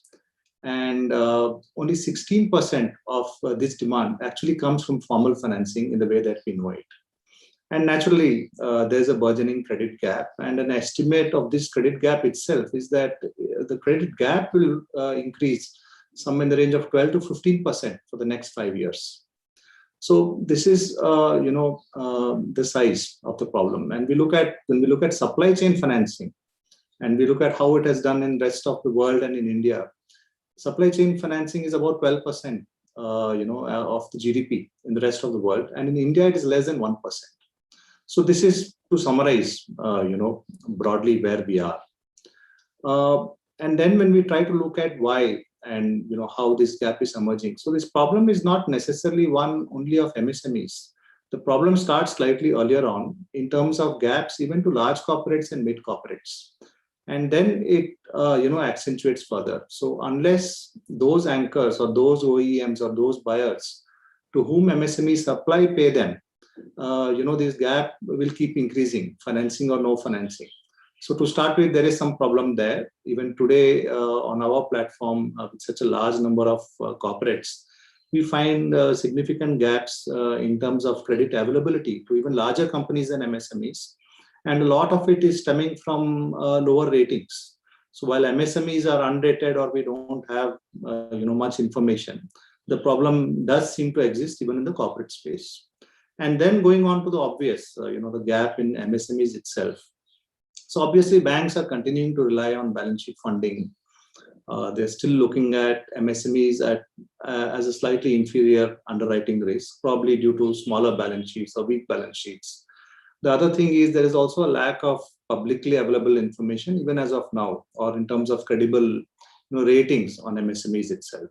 So this is in terms of the broad wise why we have this problem. And then to finish off, I'll say that things have started changing, and I find that the change has accelerated post-COVID. So not everything has been bad arising out of COVID for MSMEs. The things that are changing immediately are that we are beginning to see banks using a lot more of digital means, and that involves underwriting, which involves financial surrogates. On the other hand, if you keep financing aside for a moment, we are also seeing a bit more transparency in procurement. So in terms of CPSCs and PSUs and government, with the initiation of the government e-marketplace, we are finding GEM and other initiatives as the first steps to make procurement a little more transparent. We are also seeing that companies in corporate India are increasingly complying with MSME guidelines. And this, I feel, would help. The other thing that we are beginning to see is that the MSMEs Ministry's initiative Samadhan, it has actually defined the problem statement of delayed payments. So now we have a place where we can see exactly what are the delays in payments, and there is a tracking and a providing of resolution. I would say that the infrastructure is in place and it needs to grow. And fourth, in terms of financing, we have always thought of this problem largely as a debt financing issue. That, with the rise of new players, that's something that's changing. So new modes of financing, including trades, equity, venture capital, SME exchanges, open credit enablement network, and the new different fintechs as well. I feel all these put together, they will start being part of the solution. Thanks, Shalini. Great, thank you. Thank you for that perspective to supply chain issues that are currently, and most MSMEs are, somewhere or the other facing the heat of this, given all the factors that you rightly pointed out.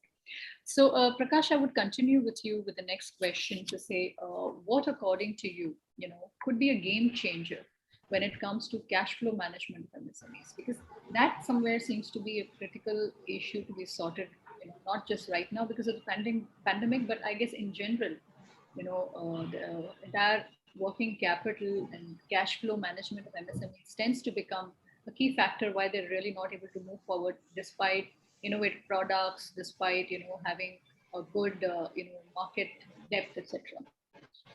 So Shali, broadly, this problem has to be solved either at an anchor level, that funds reach them with or without financing, which will have to happen through a multiple of modes. One is, of course, that an improved economy, adequate capital even for the anchors and larger companies. And when I said adequate capital at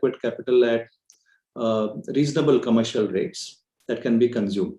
So that is one end of it. On the other end, for MSMEs themselves, we can see that there are a host of new products, including around invoice discounting, sachetization of loans, smaller loans. So here there are some things that are changing, which I feel will be a game changer. So in terms of cash flow financing, anything that we do basis a payment track record and digitization of MSMEs, digitization as per the data availability, all this will change things. So there are 2 or 3 major events that are unfolding and already in progress as well. One is, of course, that the RBI has introduced important changes around VKYC for legal entities, as well as uploading and availability of CKYC. What this means is that this will actually hasten the entry of a lot of MSMEs into at least the organized financing system. That is a good change. The other thing is that from the government side, we can see a lot of digital initiatives, including GSTN, e-invoicing, Udyam registration. All these, I think, will put a proper structure around MSMEs. And we can start seeing a lot of information around them, which is otherwise hidden when you kind of depend on a balance sheet funding model. The third is the rise of account aggregators and the proposed public credit registry. So as and when this really takes off, we will for the first time have more and more information on MSMEs, and then be able to roll out products, including products which can underwrite and will not necessarily depend on the traditional modes of financing. So the good thing that we see here is that post-COVID, we can clearly see that a lot of MSMEs are adopting to digital well. So even we as a trades platform, as the largest trades platform, as a fintech, already the reach for us is now touching 500 plus cities and 30 states. So this is the kind of reach that even a small organization like us is having, and it's in great part because of digitization and digital initiatives. So broadly, from a game changer perspective, Shalini, I feel a lot of things that we do around cash flow based lending and products that are linked to digital will help going ahead. Thank you for that perspective. I really hope MSMEs picked up key points that came from Mr. Prakash here. And one of the important points is MSME registration. I hope most of you there have got your Udyam registration done, and this is going to be as good as your Aadhaar. To begin with, a certain identity that you will start getting digitally, and your eligibilities to start being applicable for online based lending to you in multiple forms will start happening only after your registration is done. So please take care of this very important point coming, so you can start availing various government initiatives and bank initiatives that come up your way. Don't lose out on this. So with that, I think it's time to move to another important aspect as we're talking about digitization and lending in a different form, and therefore banking. So I'm going to now move to Ms. Gunjan, and this question is to you to say, what is the future of banking as seen from the lens of fintech? And also many people here would be familiar with regtech and so on and so forth. There is an evolution that's happening around the space. So could you tell us a little bit and throw some light on what do you see the future of the space? Sure. Firstly, thank you so much, Shalini and Rohit and the entire India SME Accelerator Network for having me as a part of this esteemed panel. Shalini, coming to your question of what exactly would be the future of banking right now, when I talk about the banking ecosystem, if you see largely in the last 5 years, we have moved from, a traditional product-centric inside-out approach, to more customer-based or consumption-based outside-in approach, right? Which is where I think the future of banking would definitely involve, as Mr. Prakash also, highlighted, that it's going to be digital inclusion and also the financial inclusion. Now, when I talk about, digital inclusion, definitely it means that all the stakeholders, whether it's the banks, whether it's the fintechs, whether it's the, platform or the infra providers, or even the MSMEs, right? Or the, coming together largely to change how businesses and even, customers bank, right? How do you change that approach? So that would constitute majorly, the future of banking, and would comprise of, digital inclusion. And like I said, that, when I talk about digital inclusion, the largely, fintechs, have been moving towards collaboration with the banks as well, of course, changing the way how businesses and consumers are going to bank. And if I talk about digital banking, of course, these are, interchangeably used with terms like challenger banks or neo banks as well, right? It's been picked up really well in India over the past 3 years. Largely has been prominent in UK, US, Singapore, and other countries. Now, when I talk about neobank or challenger bank, the digital banking model would specifically, incorporate 3 models. Now, one is the fully licensed digital bank. Of course, the specifics are determined by the regulatory infrastructure or architecture in the country of operations. This fully licensed digital bank, of course, is yet but it's a proposed thing to RBI right now. To give you an example, outside India, it's like Starling Bank in the UK.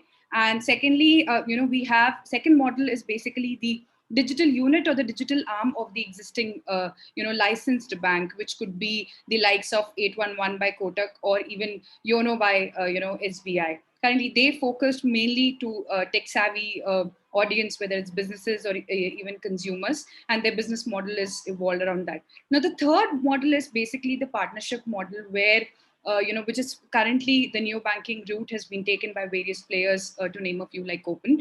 Of course, you collaborate with the with the banks, who are licensed to sort of use their, license, but you provide financially ancillary services, the value-added services to the MSMEs or even the consumers, to sort of provide value-added services and change the way they are banking, right? Or whether it's for businesses to manage the business finance or for consumers to, again, go completely digital. So these are the three models, that are being prominent across the world. In India, largely it's the partnership model where the neobanking route has been taken as of now, but we're moving closely toward, towards the fully licensed digital bank, which would be soon coming up. There are, of course, aspects or value propositions for each of the stakeholders involved. If you see for the policymakers, it is, they give more room for competition or innovation. And then if you look at the banks, the neobanks or the fintech players, they become as a distribution network for them, because you're catering to a new set of audience or targets, and the third one, which is, of course, the customer, which is to get everything together in one place, right? How do you change, your traditional way of banking or, managing your business finance in terms of connecting with multiple, financial or banking systems. So I think, for each of the stakeholders, there's a lot when it comes to the future of banking, but it's going to be moving ahead with the digital and financial inclusion. Great. Thank you. Thank you so much for the perspective. I'm sure it was very different, to understand what neobanking looks like. And not everybody has had a perspective to this so far. So that's a good roundup on it. But as much as it seems interesting and as a new path, I think it also brings together some of the elements that MSMEs have been wary of in the past. Firstly, when it comes to taking your business digital is one, and now we're talking of taking finance digital. So when it comes to moving to do, either seeking credit online or therefore giving information about yourself online as an enterprise, and therefore, what are the risks associated with it? These are some of the apprehensions that continue to linger in the minds of, small enterprises.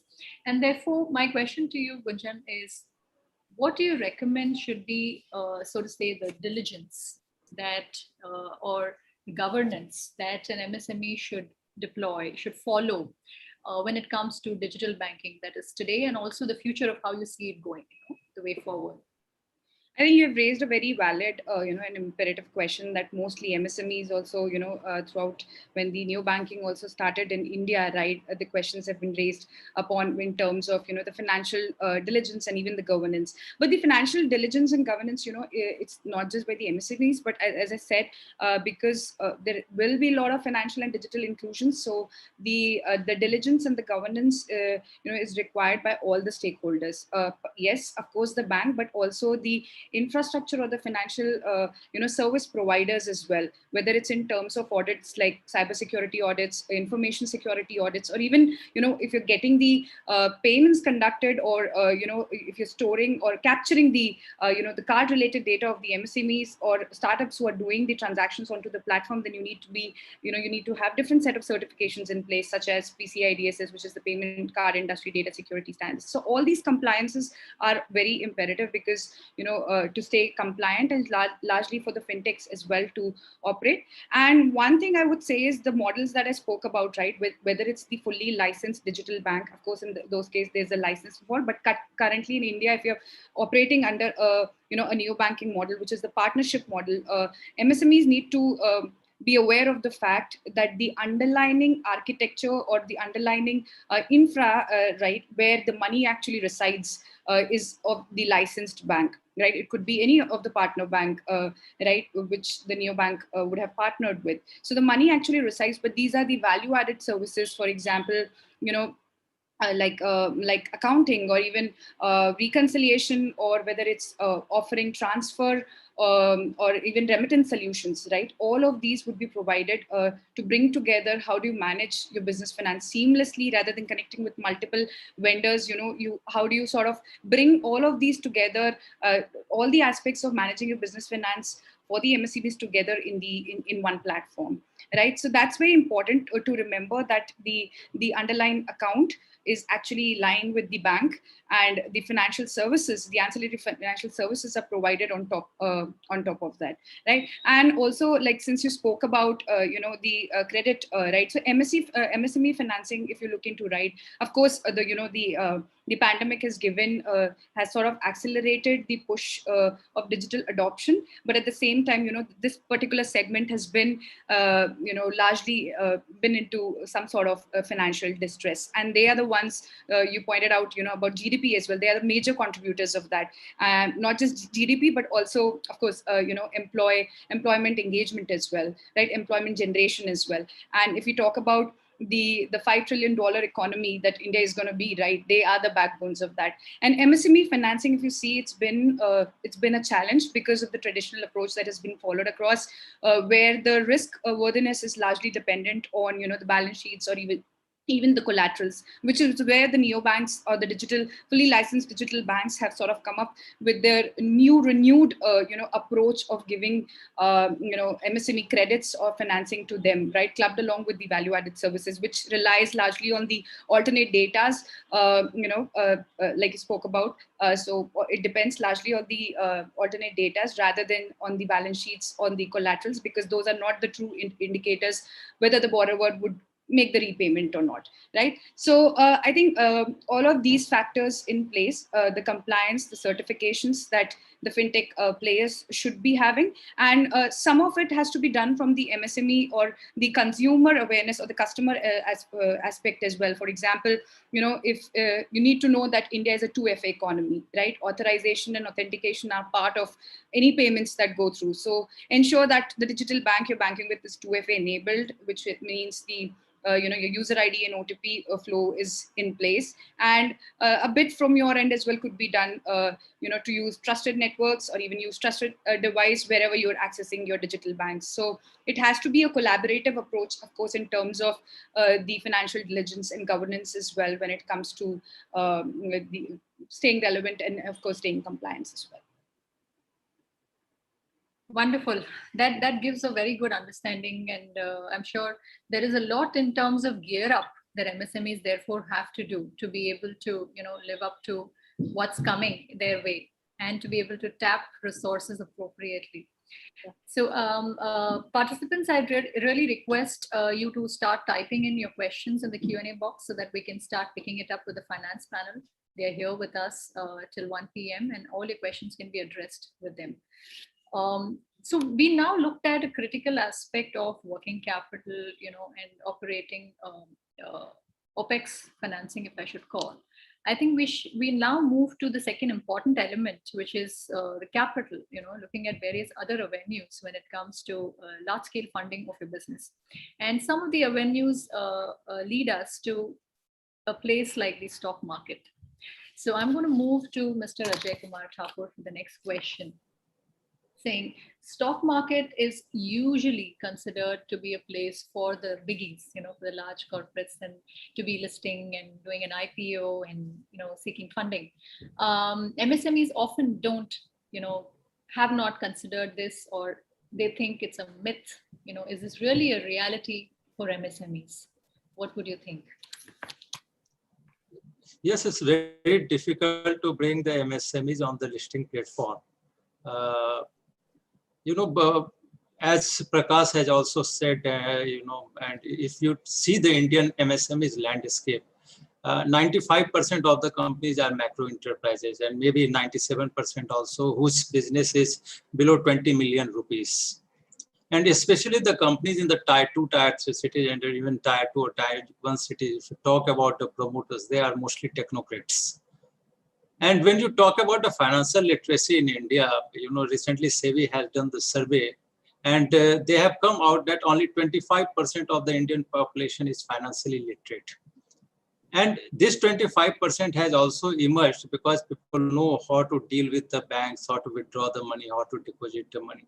But as far as promoters are concerning, as far as cash flow, financing and of the companies are concerned, I think that awareness may be to the range of 4 to 5%. And when it comes to equity financing, then maybe 0.0001%, something like that.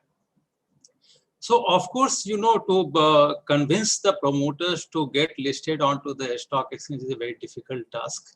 And at the same time, to manage the finance of the company for the promoters also become very difficult, especially for the micro and small enterprises. And Tier 2, Tier 3 cities, we have seen the macro and the small enterprises always under huge pressure. Let me tell you, in last 7-8 years of launching this SME platform, I have met almost 30,000 small and medium enterprises. I'm not talking about micro enterprises because they are not equipped to get listed onto the stock exchange. I have met 15,000 chartered accountants, 5,000 company secretary, like that. Across the country, done 2,300 seminars, 200 webinars. But the problem is this, that most of the promoters' balance sheet are not in shape. That's number one. Number two, they are over leveraged. And third, because they are over leveraged, most of the times, the promoters are running from pillar to post, thinking that how to service the debt instead of thinking how to, increase the business. So these are the major problems that small and medium enterprises are facing. And especially, I think in Tier 2, Tier 3 cities, there are not enough financial experts who can handhold these promoters. You can have fintech companies, you can have banks, you can have many other institutions, but they have also got the limitation. Unless until they have the companies which have good cash flow management, who can service their debts, they are going to lend those companies. Otherwise, though, they will not lend because they are also custodians of people funds. Okay, so they have to maintain the balance. We can't force them to keep on lending to any company. At the same time, we have to ensure that there should be sufficient handholding of these macro, small, and medium entrepreneurs so that they can grow. Not only grow in terms of business, they can also grow financially. Because unless until they don't get finance, they are not going to expand their business. And that is very important, where I think focus has not gone, how to make these people financially aware, financially literate. I think all of us try to, inculcate that knowledge in the minds of the promoters and make them understand that finance is the most important tool for the growth and sustainability of the company. And also we need to make them understand that only one sort of funding is not going to serve the purpose, that is debt funding. It's equity funding, which is very, very important. If you see one thing that is common among all the large entrepreneurs is that they are listed in debt. They have got equity funding, and that's why they have grown. When I am talking about equity funding listing, I am not talking about venture fund or PE fund, because in the stock market, we focus more on the companies who gets the equity funds, so that, over the years, their profit keep on going up, their top line keep on going up. Only then they can get valuation. That's how the stock market works. So we were knowing that the SMEs have got the problem of funds and they are over leveraged. So we have started this SME exchange way back in 2012. We got approval in 2011. And we are allowing most of the SMEs to get listed onto the stock exchange. And there are some eligibility criteria. We have said that if any company which is in existence for 3 years with 1.5 crores of net tangible asset and operating profit in any one of the 3 years, they can get listed on the SME platform of the stock exchange. But again, it's a very difficult task. After meeting 37,000 promoters, I've got 338 companies listed onto the stock exchange. But these 338 companies have raised 3,500 crores from the capital market, from the stock exchange. And not only that, their market capitalization has grown to the extent of 28,000 crore. And let me tell you, even in this pandemic period, where most of the SME and micro enterprises are in stress, most of these SMEs are coming out with fantastic results. Their profit has been growing 25 to 30%. So, what I have seen in these SME companies when I have seen their balance sheet, that it doesn't look like balance sheet. It looks like imbalance sheet, where there is a huge debt proportion, okay? And no one would like to fund these companies because their own money, you can't create hole in your pocket and give money to other companies, because ultimately no one is doing charity in this market. Okay, all the institutions have to also earn money, and that is their business. Okay, so that's how, if these companies will not be good, as far as business is concerned, as far as cash flow is concerned, no one will like to fund this company. So we want these companies to take this route to get equity funding. In India, if you see, you have got large corporates. Again, they have got bandwidth, they can get equity funding. You have got some startups, which are very asset-light model company. Again, if which is like them, they can get funding. But when it comes to SME companies, especially which are, asset-heavy model companies, their financing becomes very difficult. And we have opened this platform so that they can get financing. Now, what are the various advantages of getting listed? There are various advantages. Number one, you are getting equity funds. Now, what is the basic USP of equity funding? Is this that the promoter doesn't have to service the fund. Okay, they don't have to think that every month they have to pay the EMI. So you get the equity funds, grow your business, and the investors are going to make the money by capital appreciation. So that's the one very important aspect of equity funding. The second is that your balance sheet now becomes healthy because equity has come and the cash flow has reduced. So your balance sheet becomes healthy and all the stakeholders have got confidence in the company. Third, everybody talks about compliance, everybody talks about transparency. So what happens when the company gets listed? Some part of compliances come, though we have reduced the compliances on the SME platform, still some compliances come, which results into transparency and give comfort level to all the investors, even the bankers, and they will give more funds to them. The fourth, listing, what is listing? Listing is moving from taxation model to wealth creation model.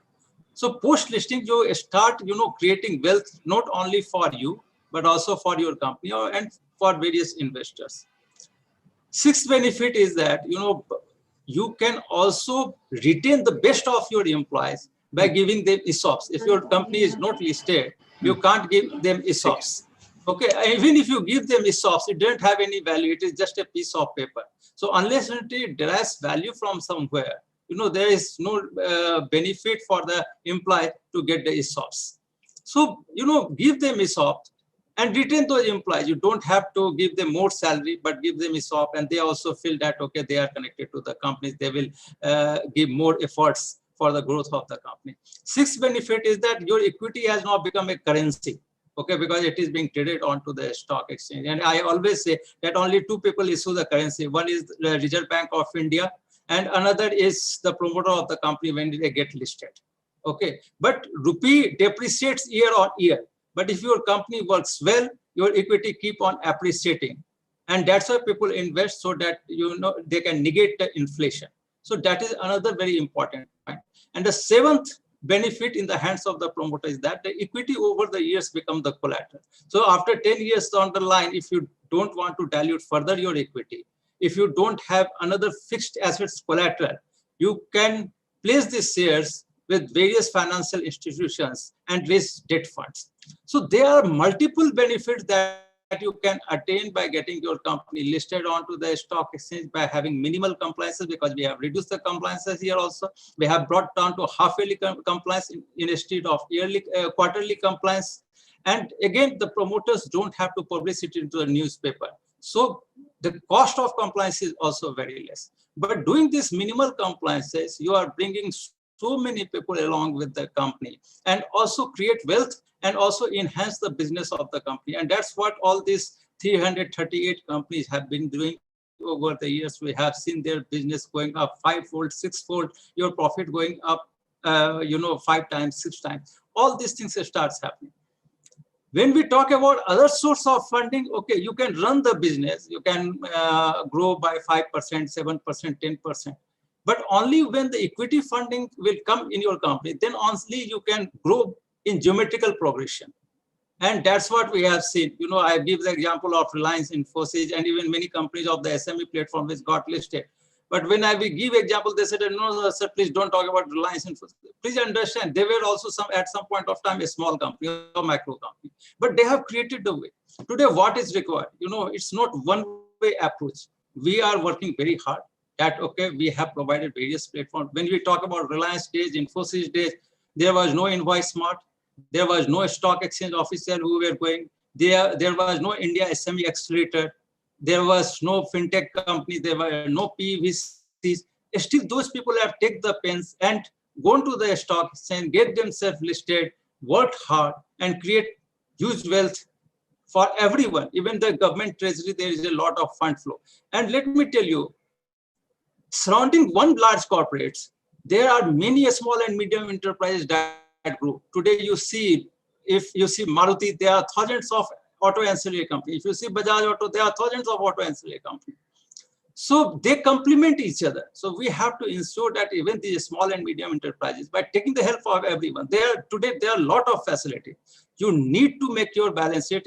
In fact, you people have also, SMEs have also to take 4 or 5 steps forward, so that we should be in a position to help. And that is very much required.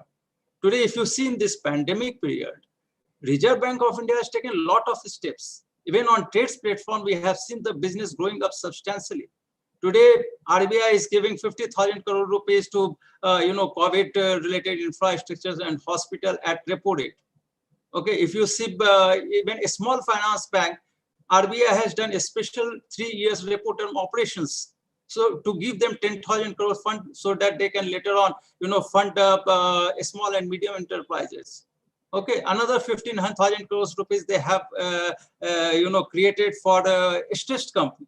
So RBI has taken sufficient measure. Trades platform business is going up. GEM platform, government has tried to do create transparency. There may be some constraint. We always have some or other expectation, and over the time, over the years, some more, developments will take place.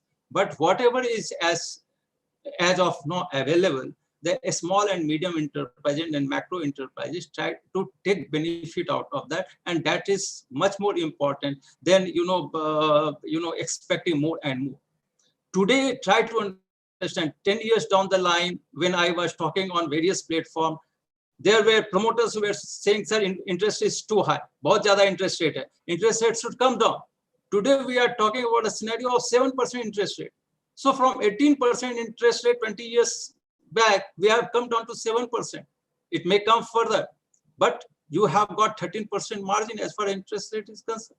So we need to not only think in terms of business, but also think in terms of USP in this business. If you carry on with the herd mentality, the margin will keep on reducing. If your margin will be reduced, you'll not be able to service the debt even if the interest rate low. So I think we need to work on all these aspects. We need to see that how we can get best debt funding.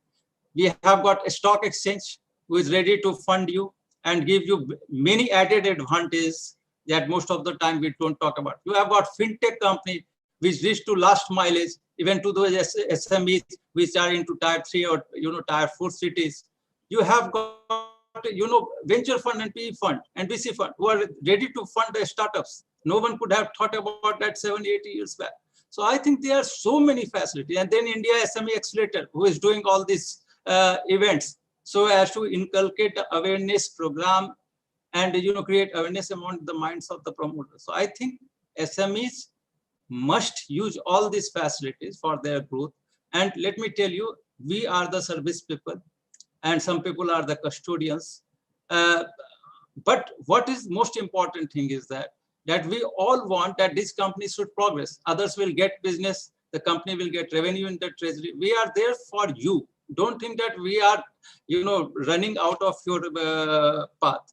We are there to service you. We want you to grow. So please come, talk about your company, talk about your balance sheet, talk everything with the whole transparency, and we will show you the way, we will show you the path for your progress. So with these words, Salini, thanks a lot. Thank you for inviting me for this event. Thank you very much for an excellent roundup, Mr. Thakur. I really hope that participants had paper pen with them to note down several aspects that he brought out, from a stock exchange perspective, and I think even beyond from a stock exchange perspective. He went on to, give you guidance on how you as an enterprise should step up. It's time you stepped up on multiple facets of looking at your compliance, your governance, your structure, your willingness to get out into the market and look at options. So great roundup, sir. We'll continue to come back to you with more questions as we go around the table. I'm now going to move to a very important aspect and something that a lot of people love to talk about. It's not just in the startup community; it's beyond that. The whole thing around venture capital funding. So I've seen a lot of MSMEs say that, look, why is it that only the startups have the benefit of venture capital funding, and why don't we have? So what is the whole glamour, around this? So I'm going to come to panelists next with us, Ms. Ritu Verma. Ritu, my question to you is, there is a lot of glamour and myth attached to venture capital funding. And how would you like to demystify this for MSMEs who are, let's say, at this point of time, rethinking their strategy, willing to look at innovation, possibly they're exploring new ideas and new initiatives, especially to grow out of this pandemic. So with that in mind, how would you like to give them a perspective on venture capital funding?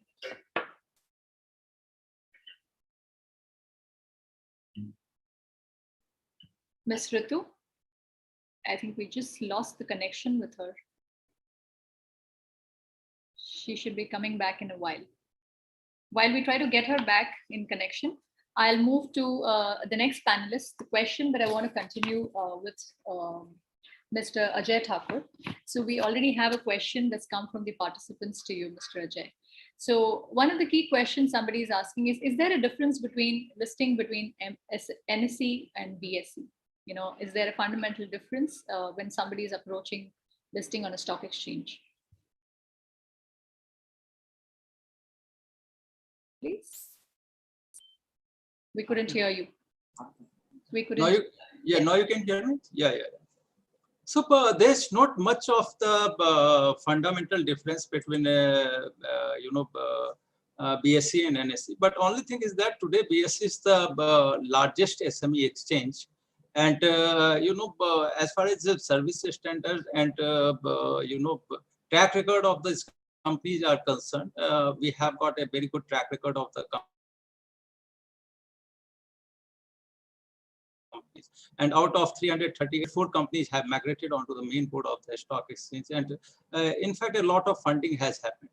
So, of course, the first mover advantage BSE has got, and we understand the equity market very well.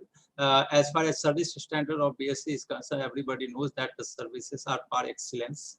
If the promoter has any issue, it can be resolved at any point of time, that is 24/7.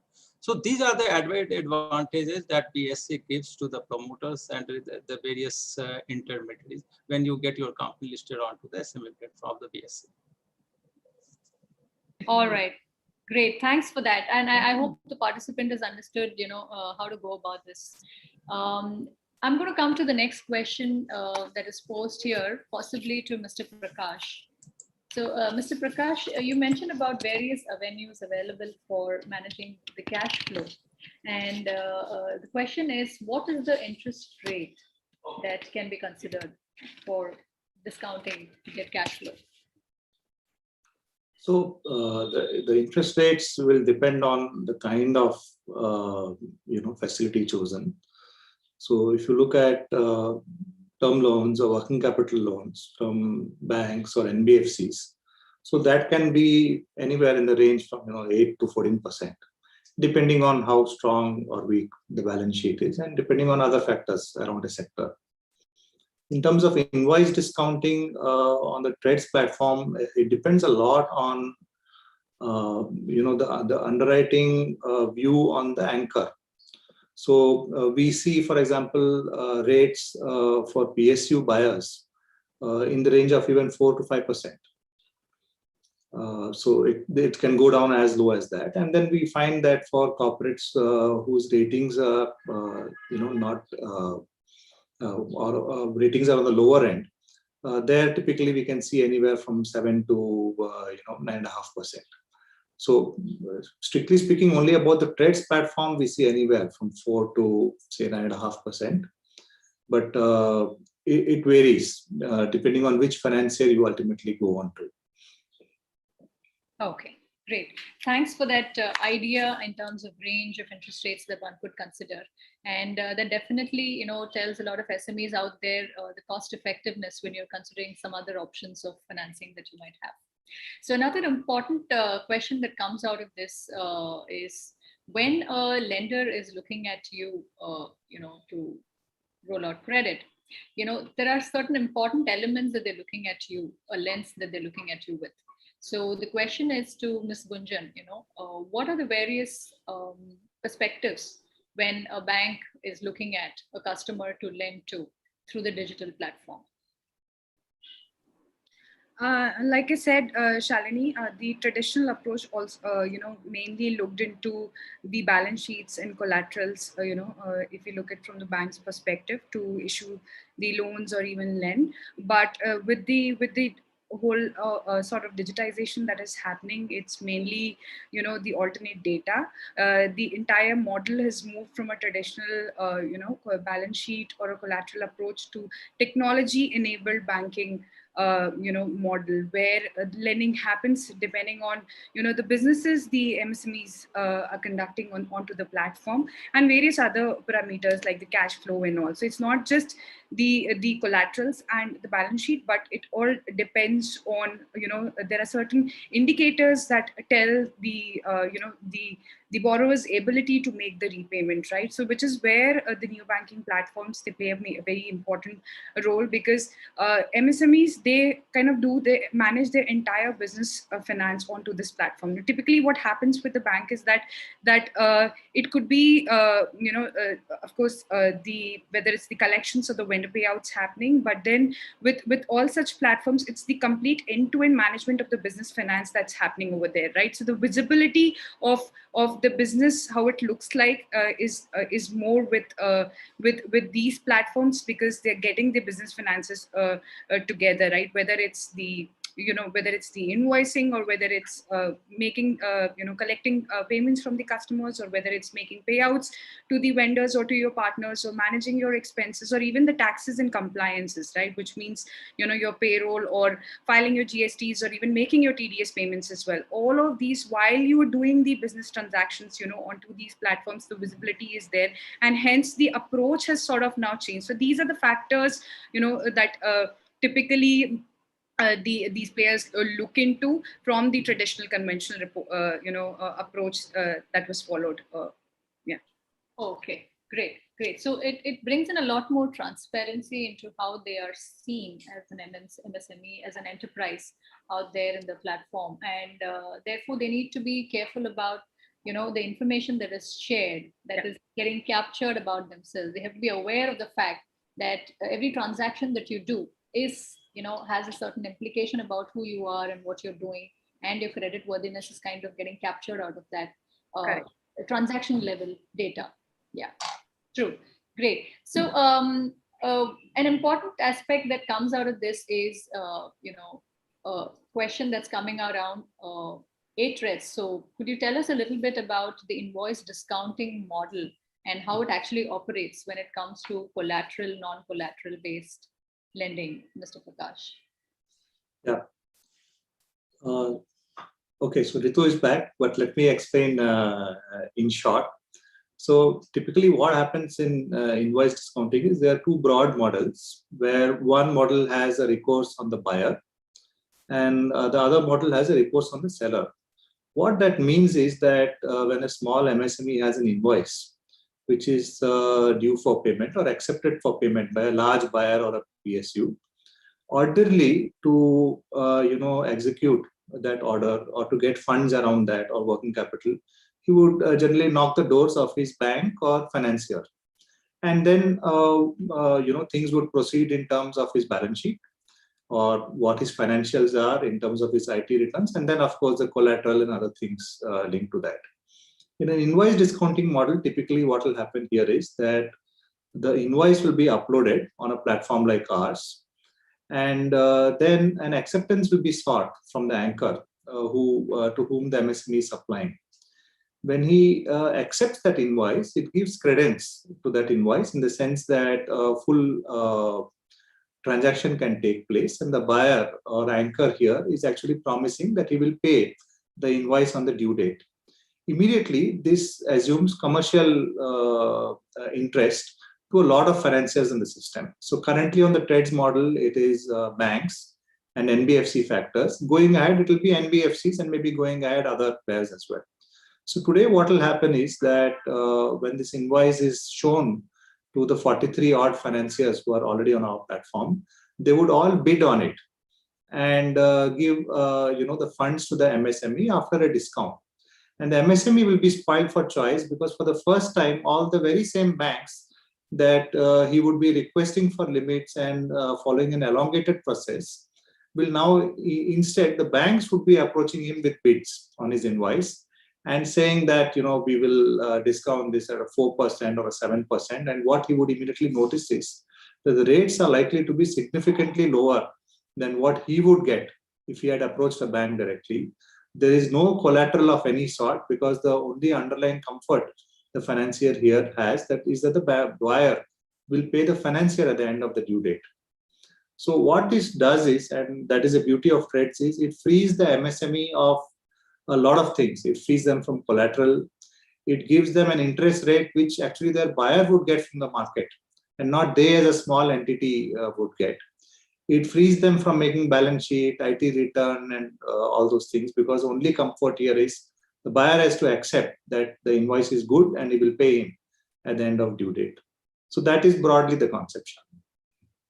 Great. Thank you very much for enlightening the participants on this, because while we believe a lot of MSMEs are aware, the reality is several micro enterprises. I would like to bring this to the attention of really micro enterprises who are doing great business, being a supplier to a large corporate, a vendor to a large corporate, but don't realize that they can take advantage of mechanisms like invoice discounting. And with that, I also want to let a participant, Mr. BG Grumble, know that all our discussions today have been applicable to most micro business out there under the category of MSME. It's not restricted to small and medium enterprises.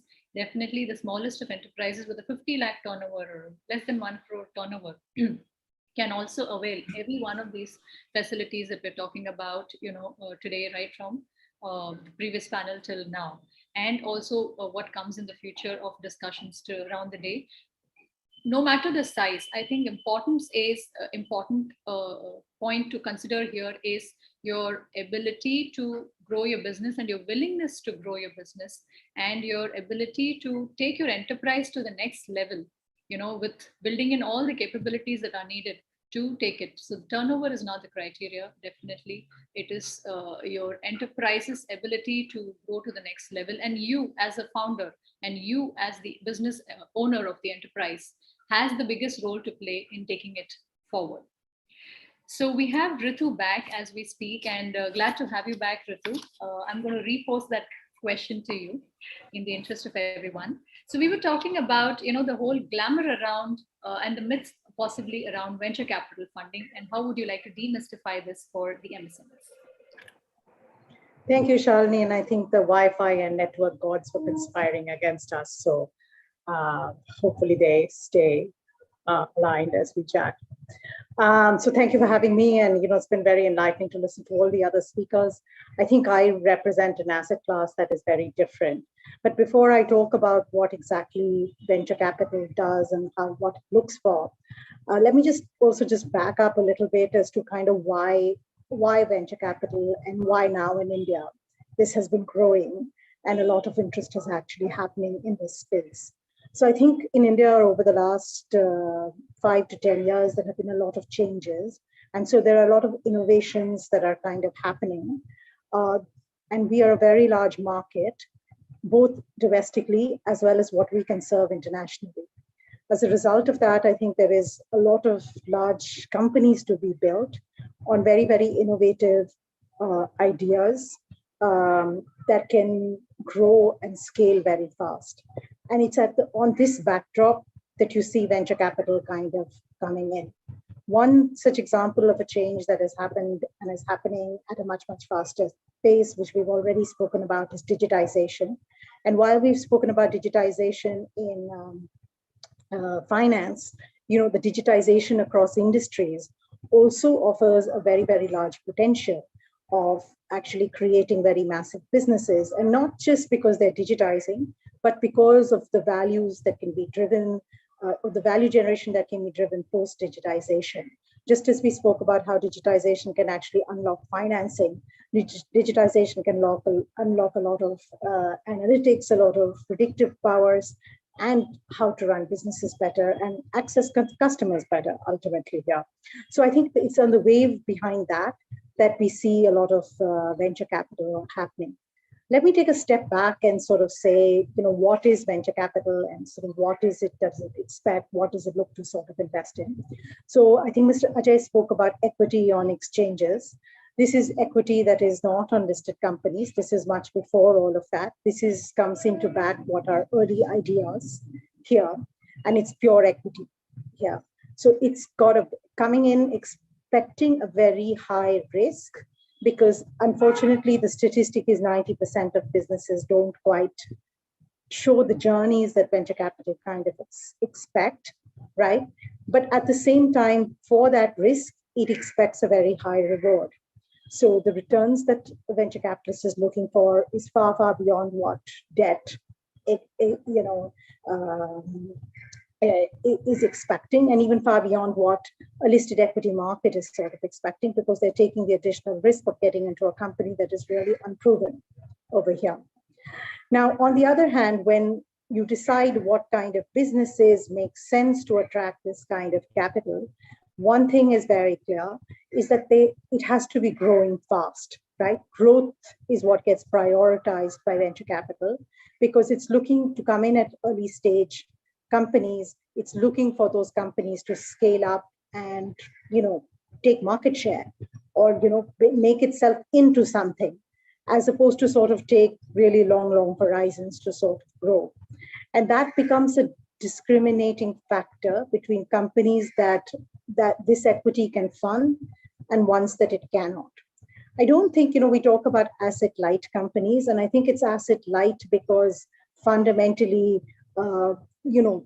operations and asset things take long. But if people have models of how, asset heavy-ish things can be disruptive, can go dramatically, I don't think this kind of capital is averse to that whole piece, essentially. So the underlying piece here is why growth should happen. And that's very, very critical. So we have a lot of MSMEs that sort of come seeking capital, but fundamentally seeking amounts of capital that don't quite justify the rates of growth. So my urging for MSMEs, and I think they're a very, very interesting segment, because I think you sit on the ground, there's lots of changes that are afoot on the ground, innovation. It's a great place to innovate, basically. But be cognizant that if you want to raise venture capital, you've got to be thinking about how you can grow non-linearly and not linearly along the way, because that's what the capital demands for the risks that it takes. Got it. Thank you very much, Ritu. That is very, very helpful for MSMEs thinking that, is venture capital for us or not? Should we approach or not? So that in fact brings us to the next important question from, participant perspective back to you, Ritu, which is in the growth journey of an enterprise, when do you recommend aspiring entrepreneurs to approach VC funding? At what stage, your approach? So I think entrepreneurs need to be cognizant that there are different types of venture capital or different players in the market. People like us at Ankur Capital, our name Ankur says seed. So we come in very, very early in this journey. There are people who come in later in the journey and people who come in at late stages of this journey as more private equity kind of players that come in at that point of time. So what stage of business you are in depends on who you approach. But typically the venture capital ecosystem spans a range here. But at each stage, the investor is looking for growth for the next stage of your company. So it's important that you're clear as to why, how you're going to access that next stage of growth. And that's fundamentally the criteria that at every stage folks will look at to put an investment into your company. And it's important, if I were to go back to talk about sort of the entrepreneur or the promoter here coming to sort of talk about it, that there's clarity in her or his head as to how, because you've got to convince the person on the other side who probably knows not as much about what exactly that you do, right? Or may know a lot because they're invested in 5 or 10 companies in that space and have actually encountered the challenges it takes to grow fast, right? So you've got to become prepared, and you've got to know who you're coming to speak with, because they may actually know exactly what space you are in. But it's the imperative is, on the entrepreneur here to be sort of thinking about how they will get that growth, right? Why exactly will they be able to drive that growth? How does that push status quo, right? A lot of businesses come to us describing, fairly normal businesses that are already happening. But fundamentally, it's hard for us to figure out how exactly you're changing the system and how exactly you're going to drive growth here differently from what has happened or happening with other businesses around you. And the entrepreneur needs to have thought through all of those things before they approach the investor. Okay, that gives a lot of insight and understanding, I'm sure, as to when should you consider. I'm going to now open this next question from the participant to multiple panelists. Whoever wishes can answer this one. So the question here is, what should be the first step for planning equity funding for micro company? What is the first step? You want to take that, Ritu or Mr. Ajay? Yeah, sure. I think most things we see, it's typically easiest to get equity from friends and family here, right? So I think the first step, as I was mentioning,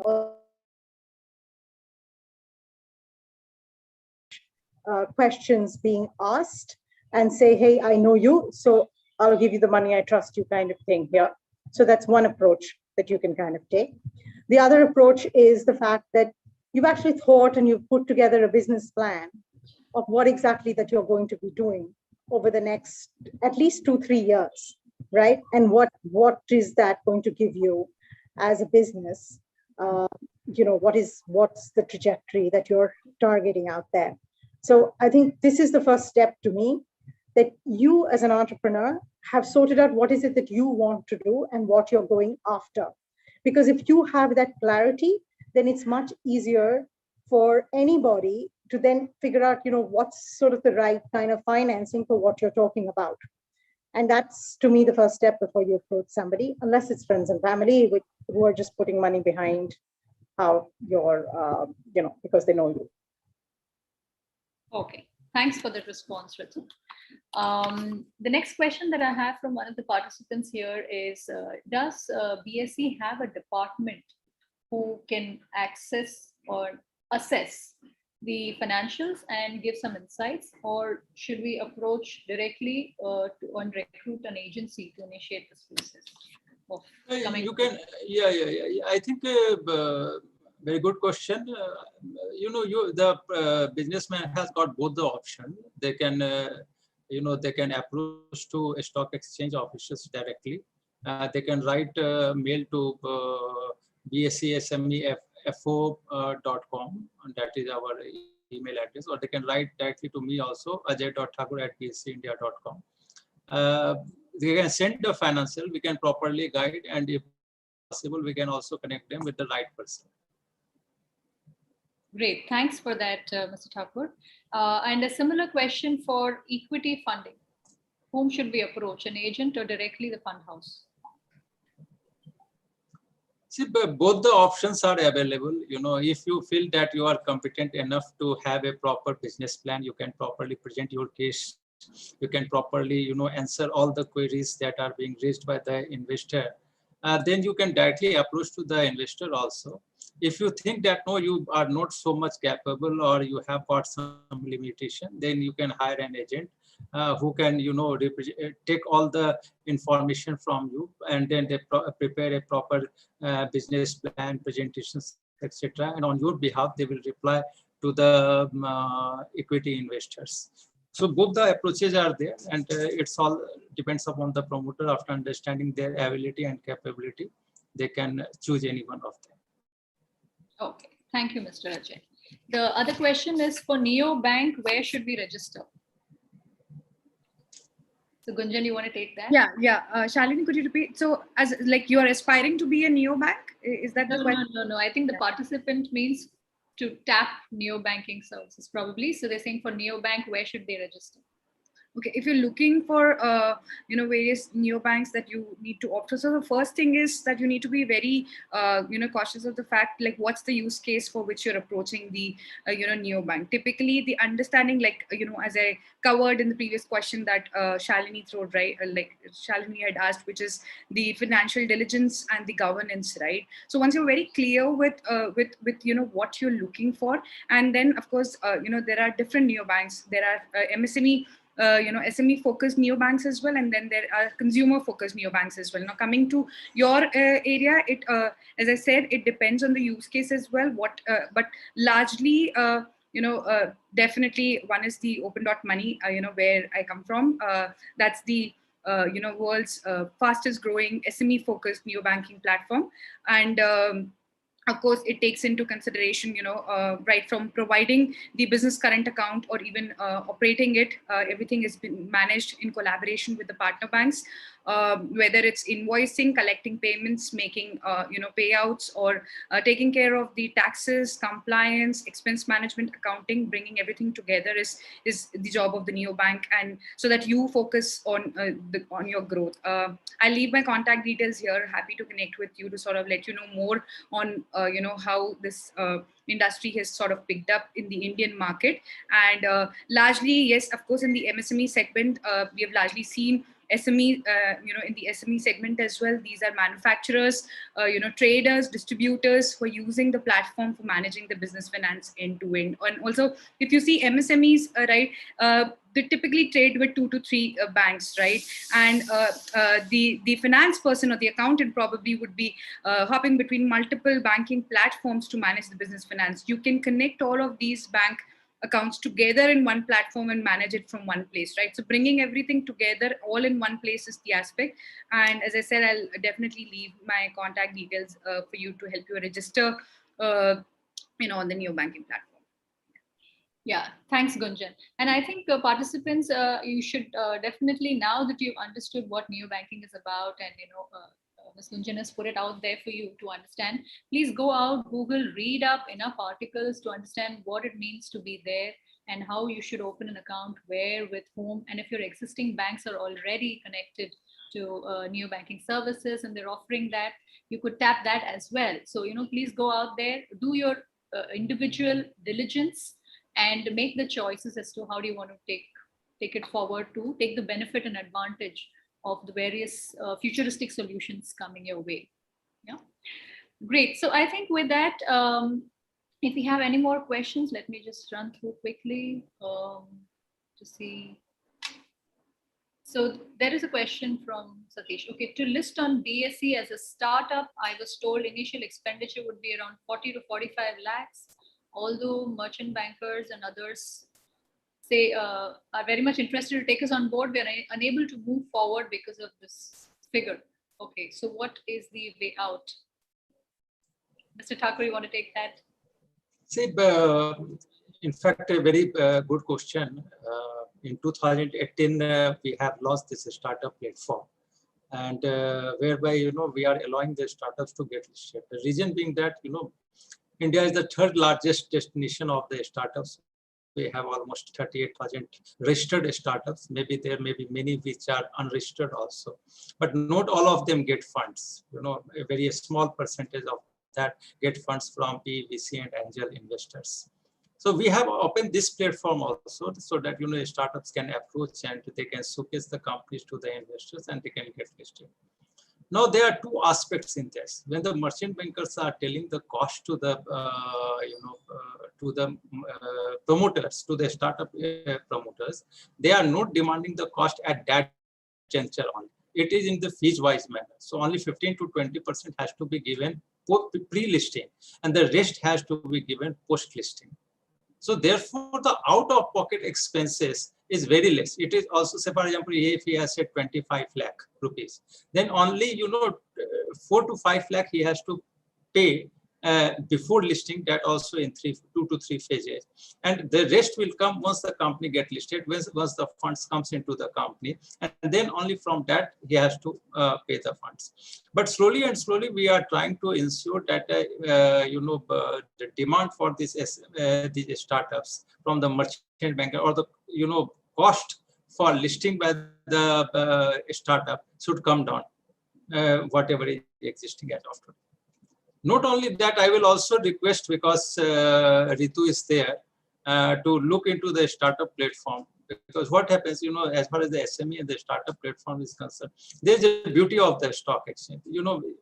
Once the company gets listed onto the stock exchange, and if you are investing through the stock exchange, you have got the exit option. You can get exit at any point of time. Your money is not get stuck with the company. So that option is available. Another option that we have given the SMEs and the startups which get listed onto the stock exchange, that after 2 years, in case their post-issue paid-up capital crosses 10 crores and the market capitalization crosses 25 crores, they can migrate to the main board of the stock exchange, subject to taking approval. We have seen 104 companies migrating to the main board on the same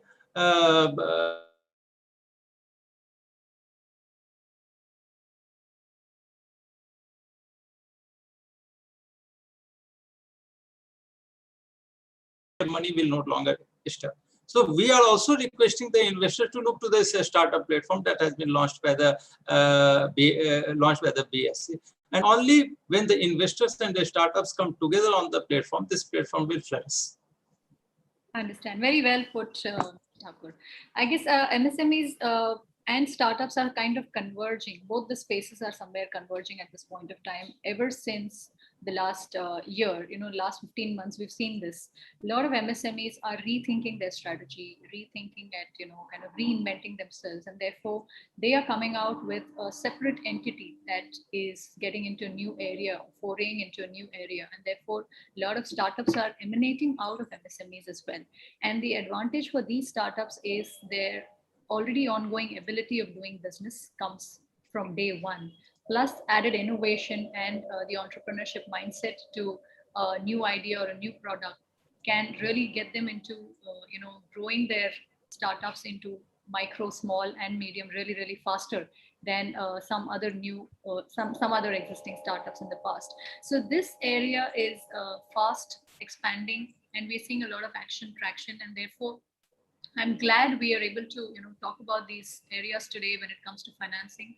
So I want to, impress upon this fact to MSMEs out here on the finance panel as you attend this, is one hand is as you're looking to external sources of financing, debt, equity from various avenues as this, please also look at internal sources of financing, like Mr. Prakash also mentioned about releasing and easing up your cash flow through various avenues. And you might realize that you don't need anybody else to stand up and support you. You can stand up on your own feet with internal funding, generated out of the internal assets of your business, and you can flow in, cash enough to, revive yourself and to do the little bit of scaling that you can to give yourself a better, position to go out and seek funds. So I urge all of you to consider the various options that you've heard today from all the panelists who have come out and spent their time for you. I hope participants have become money wise. And another crucial aspect for all of you is, as much as you hear from the panelists here, it's equally important to hear from some successful entrepreneurs who have made it big. And for that, after this webinar that ends at 2 o'clock, I want, I urge all the participants to look out into the chat box.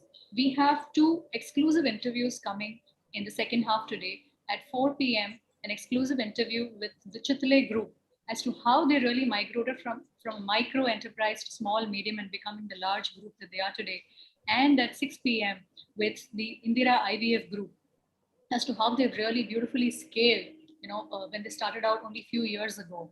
Both these entrepreneurs have lots to share with you on scale up and growth and how to deal with the challenges at this right time. So please look out for the YouTube links and watch the premiere at 4 o'clock and 6 p.m. with us. On this note, I'd like to come to the end of our finance discussion panel discussion. And I really hope that all the participants have a lot to take away from here.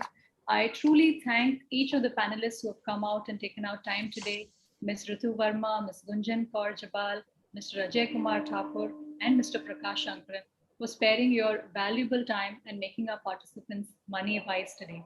Thank you once again for being here. Thank you. Thank you, Shalini. Thanks for having me. Thank you. Thank you. So participants, we are signing out of the second panel and signing in to the third panel. Today, from finance, we move on to probably one of the most critical business enablers, that is technology. This pandemic crisis has shown that adopting technology into our personal life and business is almost inevitable, right? We've all experienced that. It's no more a question or a choice to be made. Rather, it's a question about how and when, and how do you do it? So beyond being inevitable, I think the force that is coming is the pace of adoption of technology and how you embrace this technology to give you the advantage to stand out and differentiate yourself from competition. It's probably the way forward. But to tell us more and help us understand the space even better, we have a brilliant list of panelists here who are going to give us the lens of technology and all about getting our business ready into this high-tech future that we're entering. So to enter this panel, I'm going to first introduce all the panelists to you and then go one by one to each of them. To begin that, I begin with Mr. Mitesh Gandhi, our first panelist. He is the head of SAP Business One and SAP Business by Design. Mr. Mitesh manages SAP Business One and SAP Business by Design for Indian subcontinent at SAP India. This is the ERP for small and medium businesses from SAP. It's a cloud-based ERP for fast-growing and mid-market businesses. Mr. Mitesh has 20 plus years of experience with ERP solutions, working for organizations like SAP, Microsoft, Epicor. These are some of the largest players in the ERP segment. And he has witnessed the changes in the trends of ERP market in India over the last 20 years. He is a business leader and understands the nuances of growing businesses right from the scratch. I now move on to our next panelist, Mr. Hariharan Murli. He is the head of marketing of Zoho One. Zoho One is a cohesive set of 45 odd web applications to run the entire business on the cloud. Mr. Murli is involved in its marketing strategy, product positioning, advertising, and so on. Prior to this, he has managed marketing activities for Zoho Workplace, Zoho Mail, Zoho Assist, and Zoho CRM. Before beginning his journey at Zoho, Mr. Murli has been a research associate in optical sciences at the University of Arizona, Tucson, where he has worked with physics Nobel laureates. And our next panelist for the day is Mr. Puneet Thakkar, who is the Managing Director and CEO for Shivami Cloud Services. He has been active in the internet industry since the year 1997. As an internet solution specialist, he has delivered many projects and has built an admirable roster of clients. He is currently the Managing Director and CEO of Shivami Cloud Services, which is the largest partner of Google Cloud to sell and service Google Workspace Productivity Suite and many other cloud-based solutions across India, having physical presence in Mumbai, Delhi, and Bangalore. So on that note, I wish a very warm welcome to all the panelists. And without much ado, I shall quickly get into questions for each of you so we can begin the panel discussion with that. So my first question is now to Mr. Mitesh Gandhi. We all know that technology has become inevitable for most enterprises, but do you believe this is the right time to think of IT adoption, so to say? And also, the second part of the question is, how are the technology advancements changing the way we do business today? Please give us some perspectives on this. Sure. First of all, I want to check whether you're able to hear me. Yes. Okay. Good afternoon, everyone. I'm very happy to be as a part of this panel. It's my privilege to be a part of this panel, and thanks for having me here. Okay, so let's look at the question that you had asked. Let's look at that. Is it a right time for IT adoption for SMEs? I would say there is no right time, right? IT adoption, there have been, these are what is happening today, whether we talk about pandemic, when we talk about some inflection points earlier, right? GST coming in, or when digitization of businesses like Ola or Uber led to some of the strikes by the taxi unions, and many other, or maybe the demonetizations, right? These were inflection points where people realized that digital technology is important for me to look at. Okay. But what is the right time to get into digitization of businesses or digital transformation? So we say, there is no right time. The right time has been in the past, the right time is the present, and the right time is in the future as well. Okay. So my answer to this question, first of all, would be is digital transformation for small and medium businesses are extremely necessary. Many of the IT companies, many of the consulting organizations, many of the organizations like yours, Shivani, has been telling that digital transformation for SMEs are extremely necessary for them to survive in the current changing technology scenarios, and B, to make sure that you use digital transformation or IT adoption, or whatever you want to call, bringing IT into your business as an advantage to your business so that you can be more competitive. Okay. So definitely, if people if they want to use this inflection point of pandemic, or to realize that digital transformation is necessary, I welcome that, and it's a good time to realize that digital transformations or IT adoptions are definitely necessary for businesses, small and medium businesses especially, to survive, because larger organizations are anyways on their journey for digital transformation. The smaller businesses are still with the likes of a simple accounting solutions, or some IT enablements here and there to survive, and they don't realize that there is a lot of things that they need to do in terms of digital transformation or IT adoption that will help them to sustain their business and also grow their business. What was your second question, Shivani? My apologies. I lost the second question. Shalini, no problem. Shalini, yeah. Yeah. The second part of the question was, how are technology advancements changing the way we do business today? Yeah.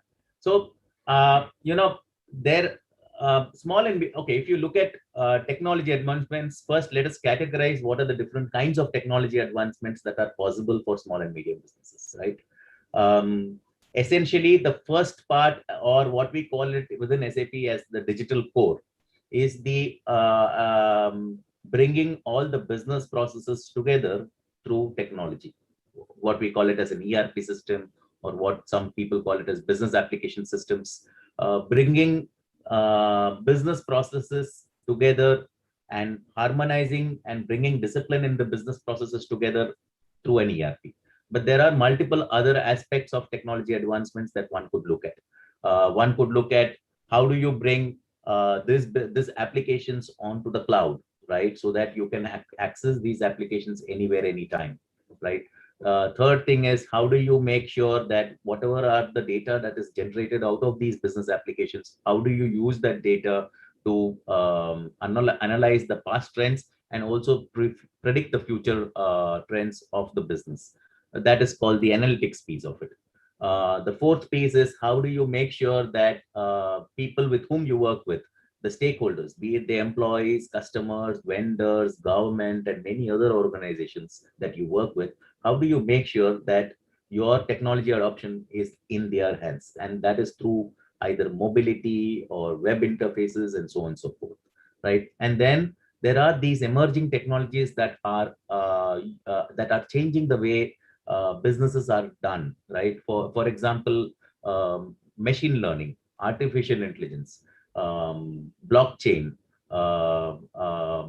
These are some of, and there are many more, of course, but these are some of these technologies that are changing the way technology interacts with business and the people who are doing this business. How do you adapt that to make sure that it becomes a competitive advantage for your business. So if you look at digital transformation or a technology adoption are across these various areas, right? And it is important for organizations to look at these technology adoptions in a structured and a streamlined way over a period of time to make sure that these are utilized by small and medium businesses. Great. Thank you very much for that perspective. I hope participants have understood or got a sense of the advancements coming our way, and how we should kind of start looking at them. So my next question to take this forward is going to be to Mr. Hariharan.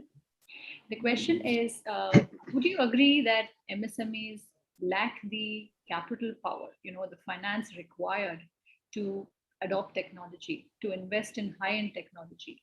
And yes, no, what would be your guidance either ways to them? Okay, so first of all, thank you for this opportunity and glad to be part of this panel. And I think this is a always an important discussion, right? Like Mr.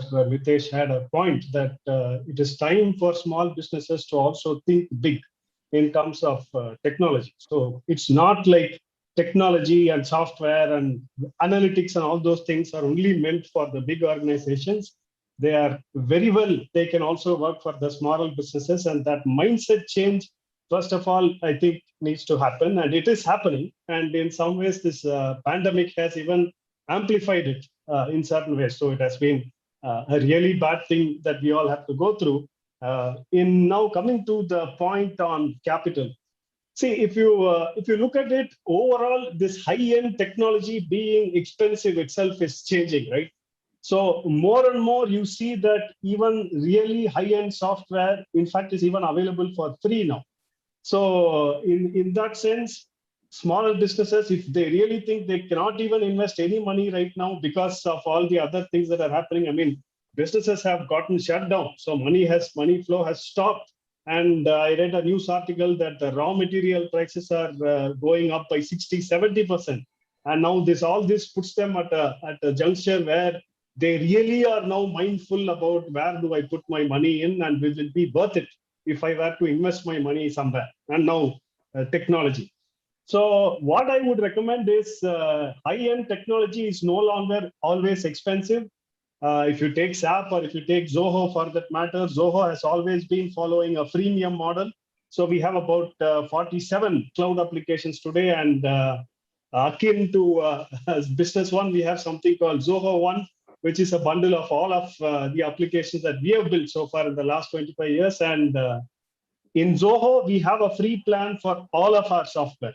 So it is basically free forever without any ads. So that is a freemium model.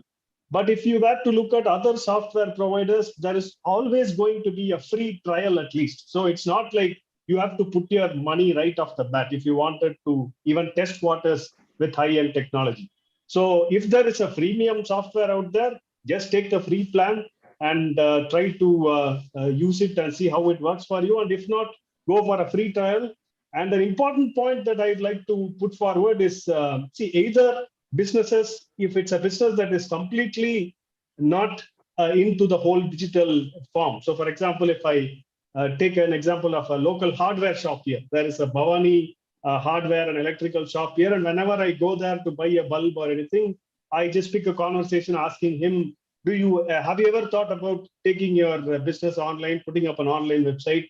And do you use any sort of, how do you see how your business runs and all of that? And he mentioned Excel.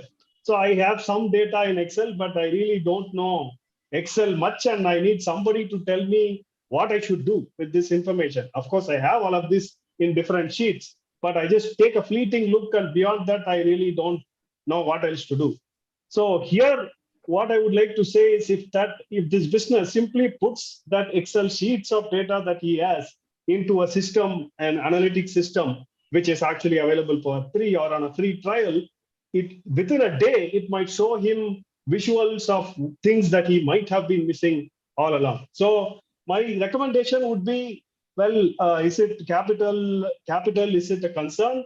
Well, I would say, though they are in a crash crunch right now, all of the businesses, they could still look for software that is available on free trial, or if there is software that has a free plan or freemium plan that they can get a leap on. And from there, I think once they start believing and seeing visuals of information processed, then I guess they will then be in a tendency to put money there. So, okay, I have some money. I think it is worth investing. Let's get on with this. So that's my take.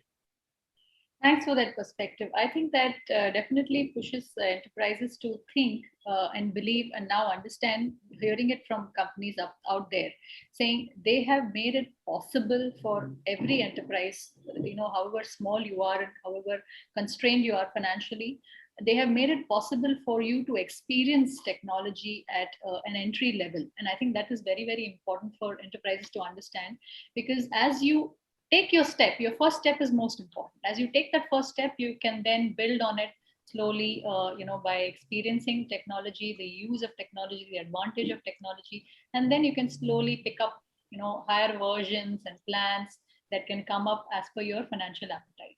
So great perspective. Thanks for that. I'm now going to move to our next panelist with another important aspect of technology, which people are intrigued about and have been hearing a lot, but probably don't understand enough. So, Mr. Puneet, what has been the evolution of cloud solutions? People hear that everything is going on to cloud. So, what has been the evolution, and what is your perspective to say how suitable are cloud solutions for MSMEs in particular? Sure. Can you hear me properly? Yes, we can hear you. Okay. So, so I would go a little further on this and say that Mr. Murli and Mr. Gandhi are the platform manufacturers. They create platform for anyone to use.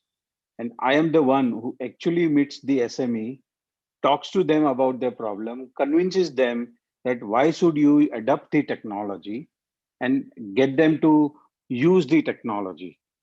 So I very well resonate with our audience, and I also resonate with these two platform manufacturers where they create something which is available for everything.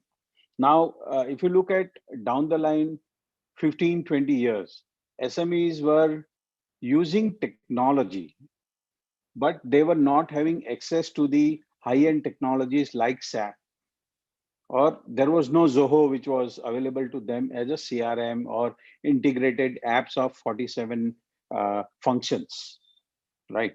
So now with the help of the cloud, all this is possible.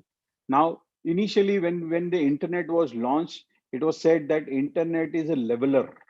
It brings everyone onto the same platform.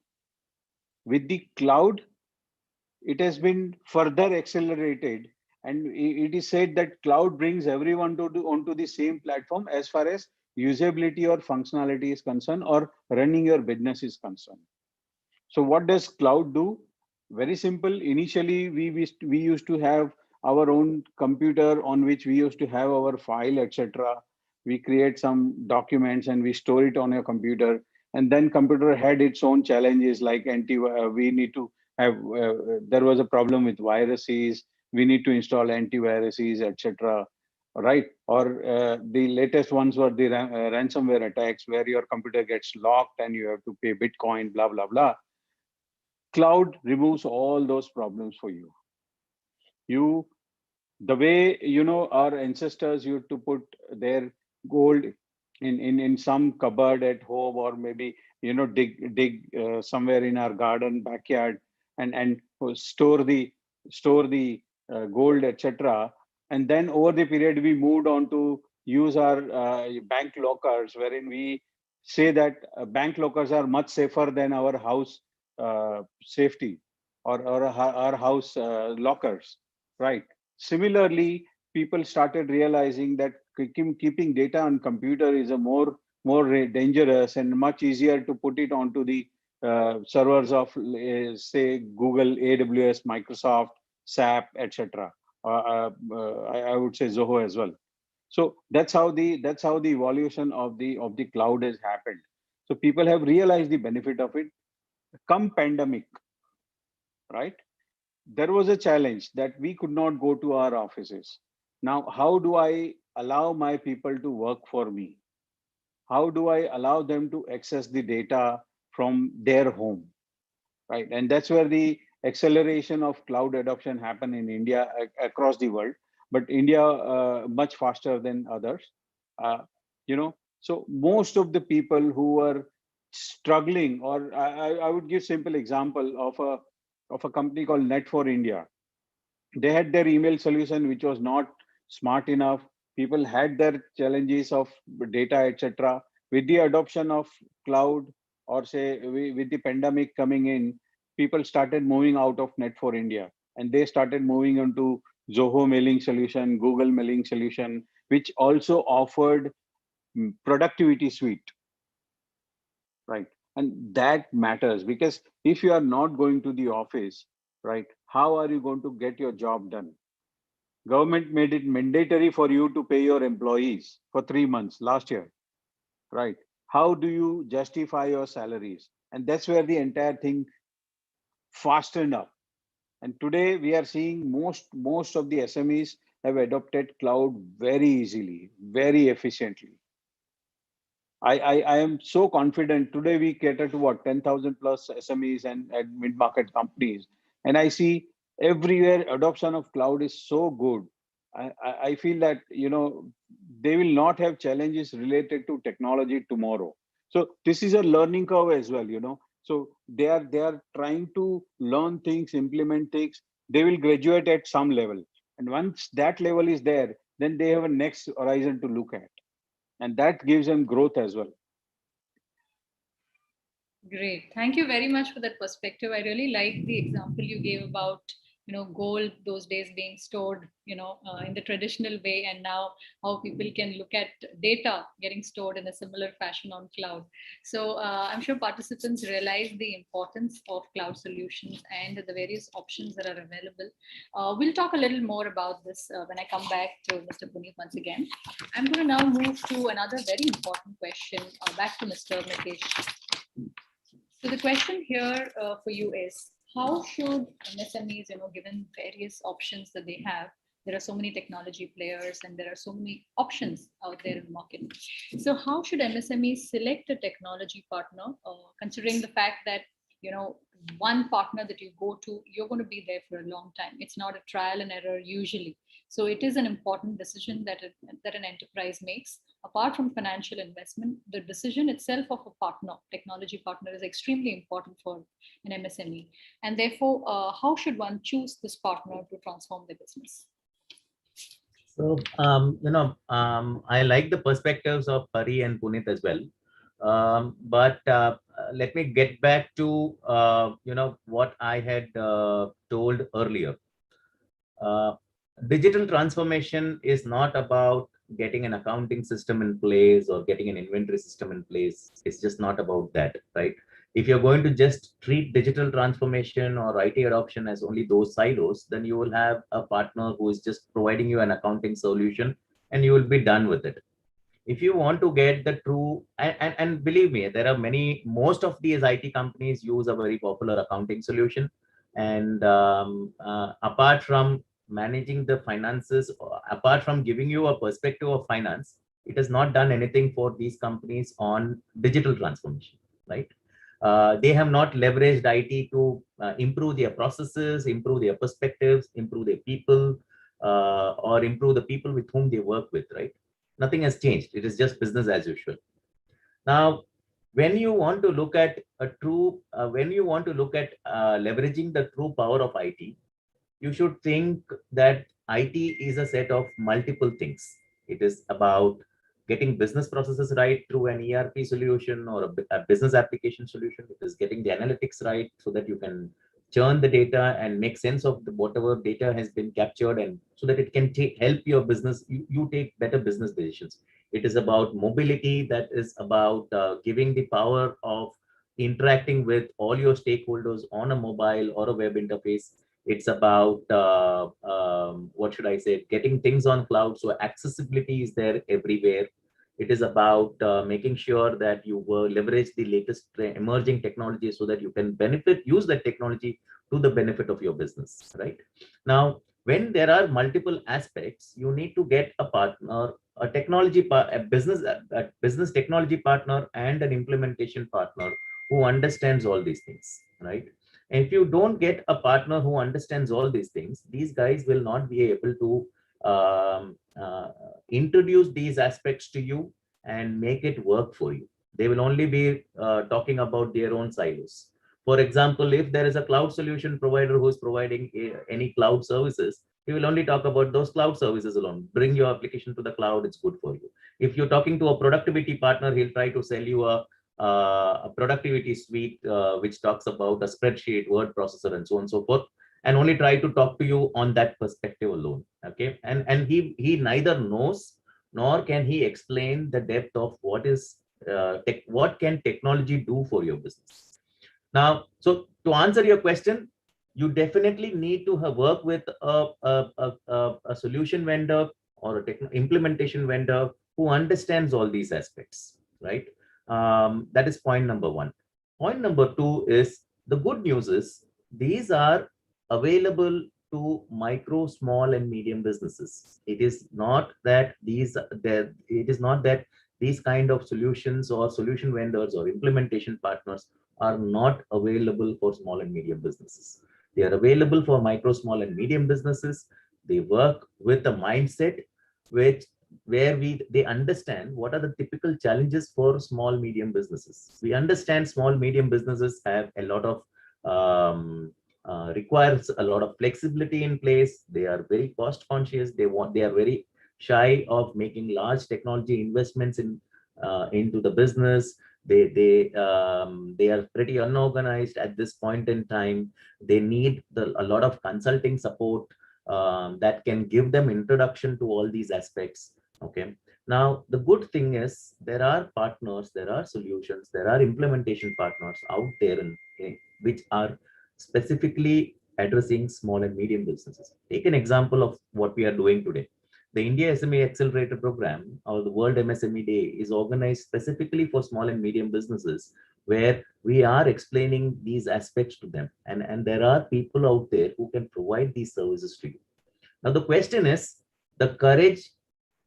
is, look, whether you can do you have the courage to understand that technology is important and there is a necessity to change, right? That courage is extremely important. That realization is extremely important, and the courage to take the first step is extremely important. There are, a lot of productivity. I read a lot of self-improvement books because I want to try to improve myself. Sometimes I do improve, sometimes, most of the times I don't, but I read a lot of good tips, right? Which tries to make me take one step forward.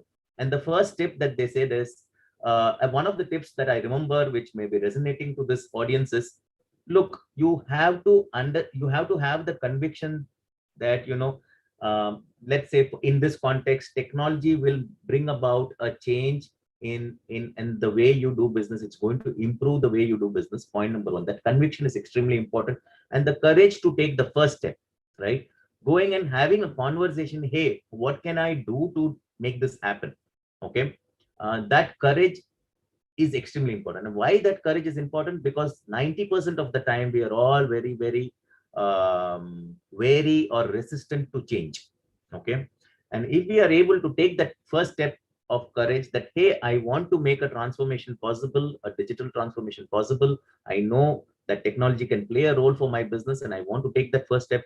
There are vendors, there are solutions, there are solution providers who can make that happen for you, right? So I hope I have answered your question, Shalini. Yeah, thank you very much, Mr. Gandhi, because you touched upon something very, very vital and essential, which is the mindset change.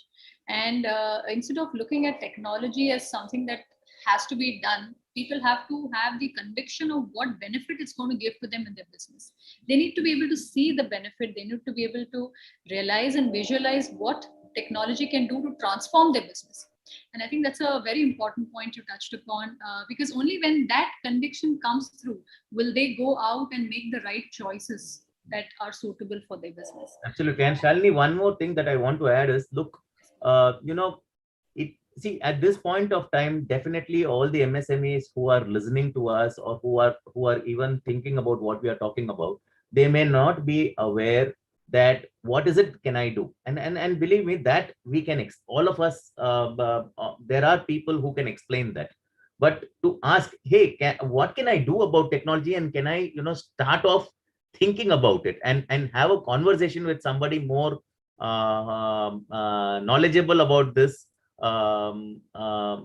that is that what, if you ask me what is the takeaway that I want all the MSMEs to do, is to give them the confidence that business, technology can create an impact for your business. There are partners available who can create that impact.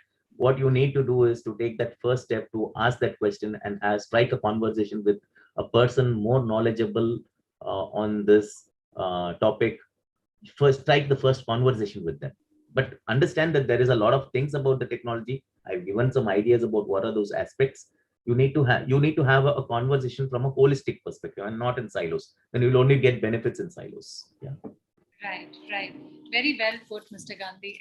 Because I think enterprises also should realize that it's no more about cost. It's about the courage. It's about the understanding, and it's about going with a credible organization that can truly, make the difference in your business, both on sales front, on how you market yourself, how you optimize your business processes, how do you connect with, your vendors, customers, within your own people, within the business, etc. Everything will undergo a change if you get the right kind of technology partner working for you and the right kind of product working for your business.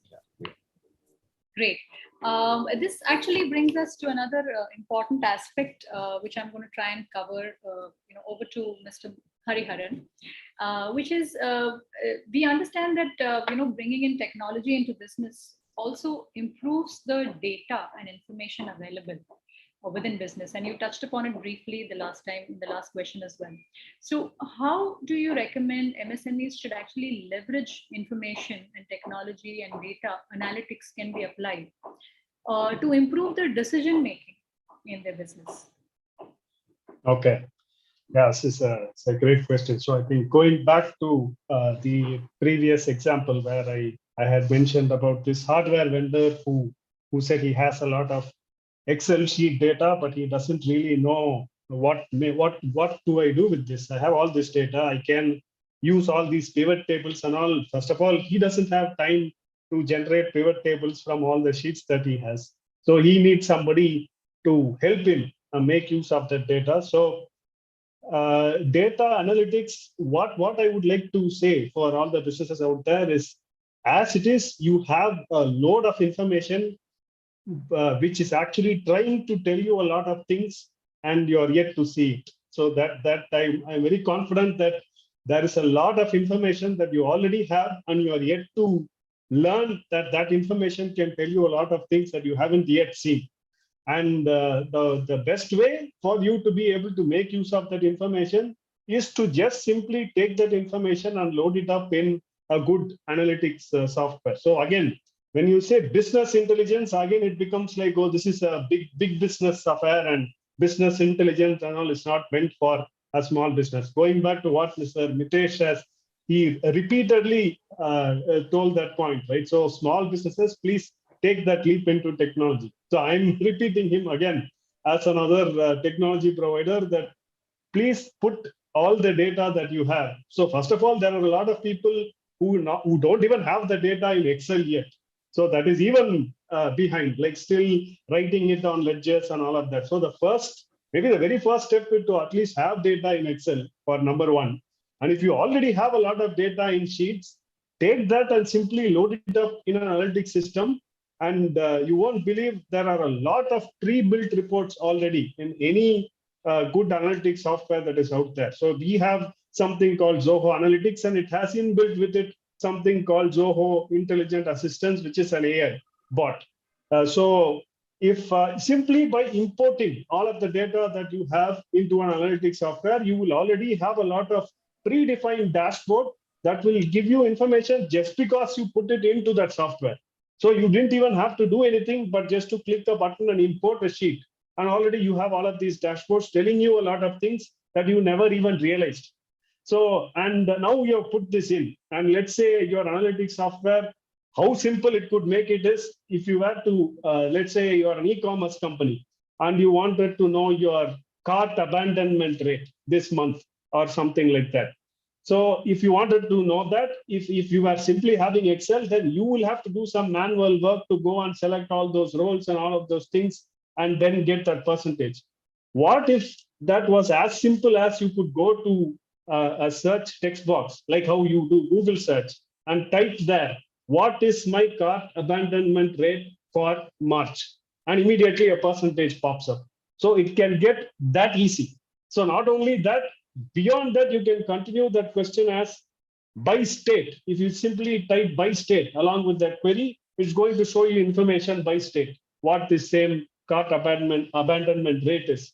So it could get that simple. So imagine how simple it becomes, something, information that is there somewhere by which you have to manually operate upon. You simply put and took it into a system, and that system is making your life as simple as just type a query like you are doing Google search and I'll tell you what you want.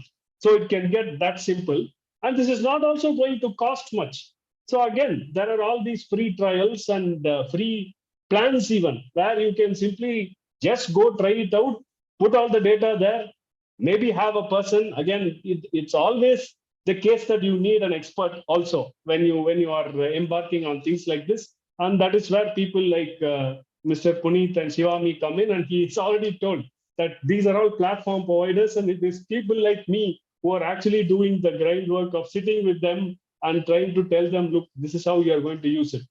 One interesting example, again, in this, now that I remember. So there was this store that was that had a really drastic drop in sales, and they were trying to figure out, they were looking at all sorts of things, and they were really not able to understand what is going on.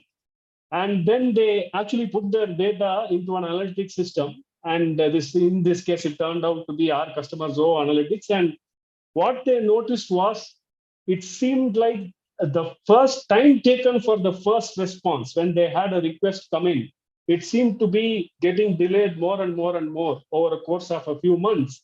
And the more the time period increased for that first response, when a request comes into that store, it seemed like that is causing a drop in sales. So let's say it took 8 hours to respond to a particular request that comes in. So they noticed this pattern, and then they put up a team and said, look, we cannot be doing this. We need to respond a lot faster. And they reduced their first response time by half, like 4 hours and 3 hours. And all of a sudden, the sales started again showing good signs. So this kind of an information is, they did not see this. So because they were able to put their data into a system, and then that system brought this out and said, look, something like this is happening. These are some triggers that you probably missed, and that is why your sales is dropping there. And you might not see this connection if you don't put the data into a system that can process it and give you those visuals. So again, it's the same thing. Take that leap to put your information into an analytics system. And it's not much time also. Maybe it will just take you an hour or two. And if you can have an expert sit alongside you so that they can even amplify that process of making you see what is possible. So analytics is a gold mine. So you basically, right now, you're sitting on a lot of information which is trying to scream at you and tell you a lot of things, but you're just missing out on it because it is just sitting in a sheet somewhere. Thank you, Mr. Hariharan, for wonderful use cases that people can relate to and appreciate how data can be actually used with analytics, and that how various software solutions are available to throw out that at your face and tell you information that you've been missing possibly, and decisions can quickly be taken based on that. So this, I'm sure, triggers a very important question in the mind of MSMEs to say, okay, I pick up technology, I try to derive the benefit of it, and therefore, I push out all my data onto a new solution, and I try to get the advantages of this. In doing so, an important question comes to the mind of entrepreneurs, which is about data security. So when all my data gets onto a platform or a solution or a technology of any kind, then how should I manage the risk of data theft? Number one, my competition can, is looking at me. Possibly they can get access to this data, so that's a big threat. Number two, so how do I approach data privacy, and how do I keep myself protected from cyber attacks that can happen, because everything's out there. So Mr. Puneet, this is the important question coming to you.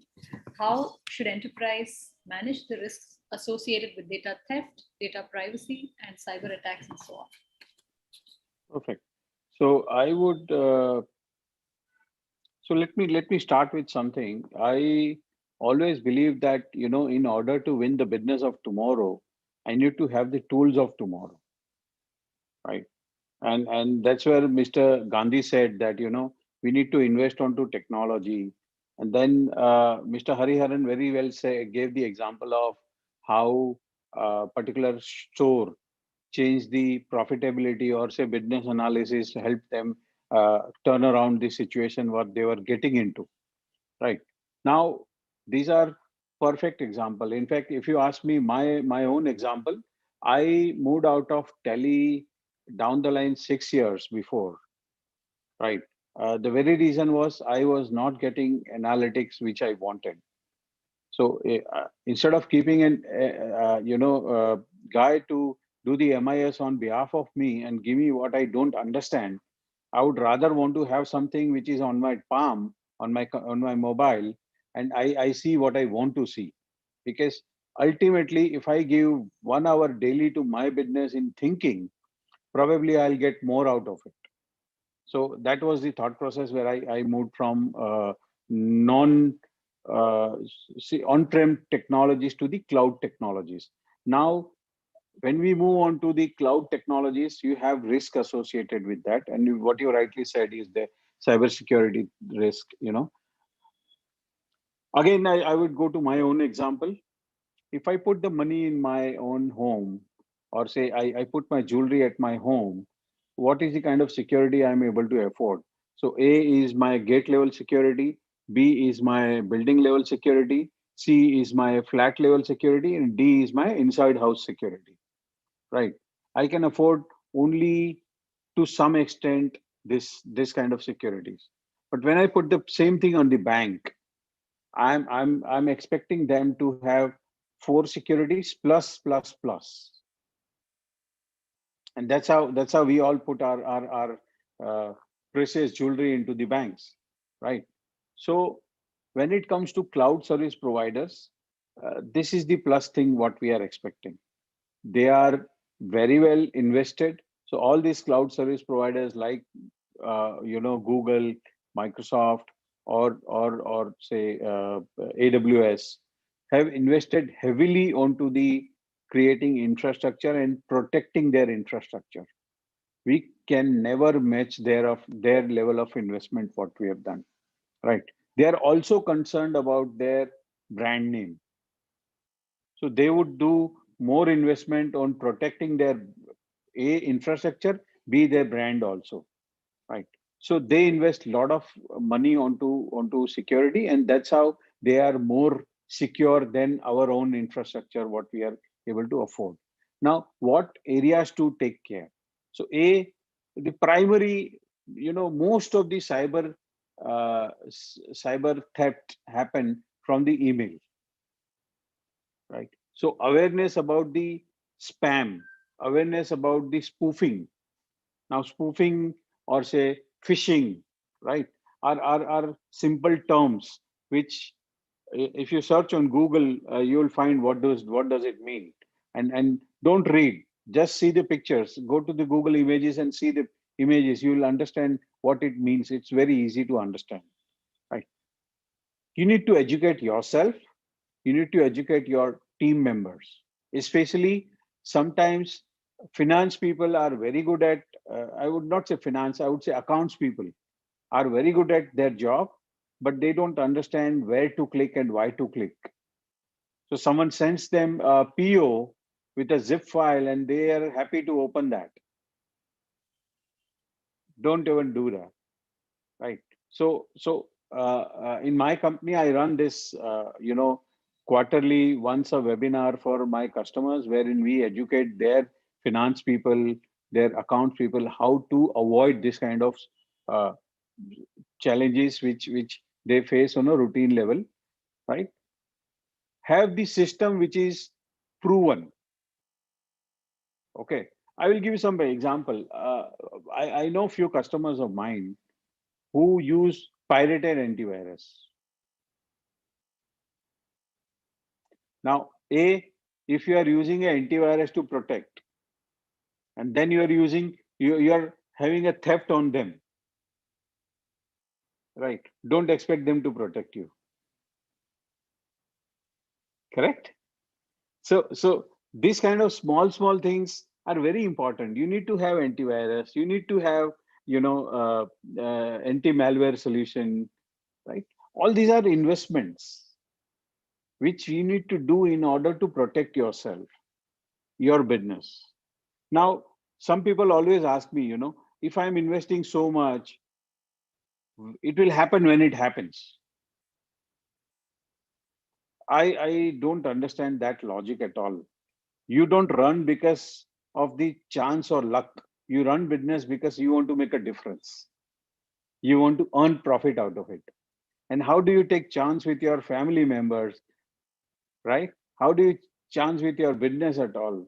You cannot. So there cannot be luck. There has to be a process. There has to be system. And that's where one needs to understand. I also get a question, I don't want to invest so much. It's not going to be useful. It's like buying an insurance policy. You don't die every day, but when you die, your family gets some money out of it. But you still buy the insurance policy. So I tell them that whenever the incidents will happen, it will not protect you, but at least it will give you some strength to cover up. And first and foremost, why do you allow others to come into your system? So we need to have proper systems in place, right? It's very important. Some people also argue with me on that if I invest so much, what is my return? I will invest small, and I tell them that in the game of chicken and egg is always going to be cheap, and chicken is always going to be costly. But chicken has a possibility to create one more egg, which will give you another egg, right? Which will give you another chicken. So there are possibilities. Some people understand, some people don't. See, problem with typical SME when it comes to investing is they only look at money. They don't look at the benefit of the money.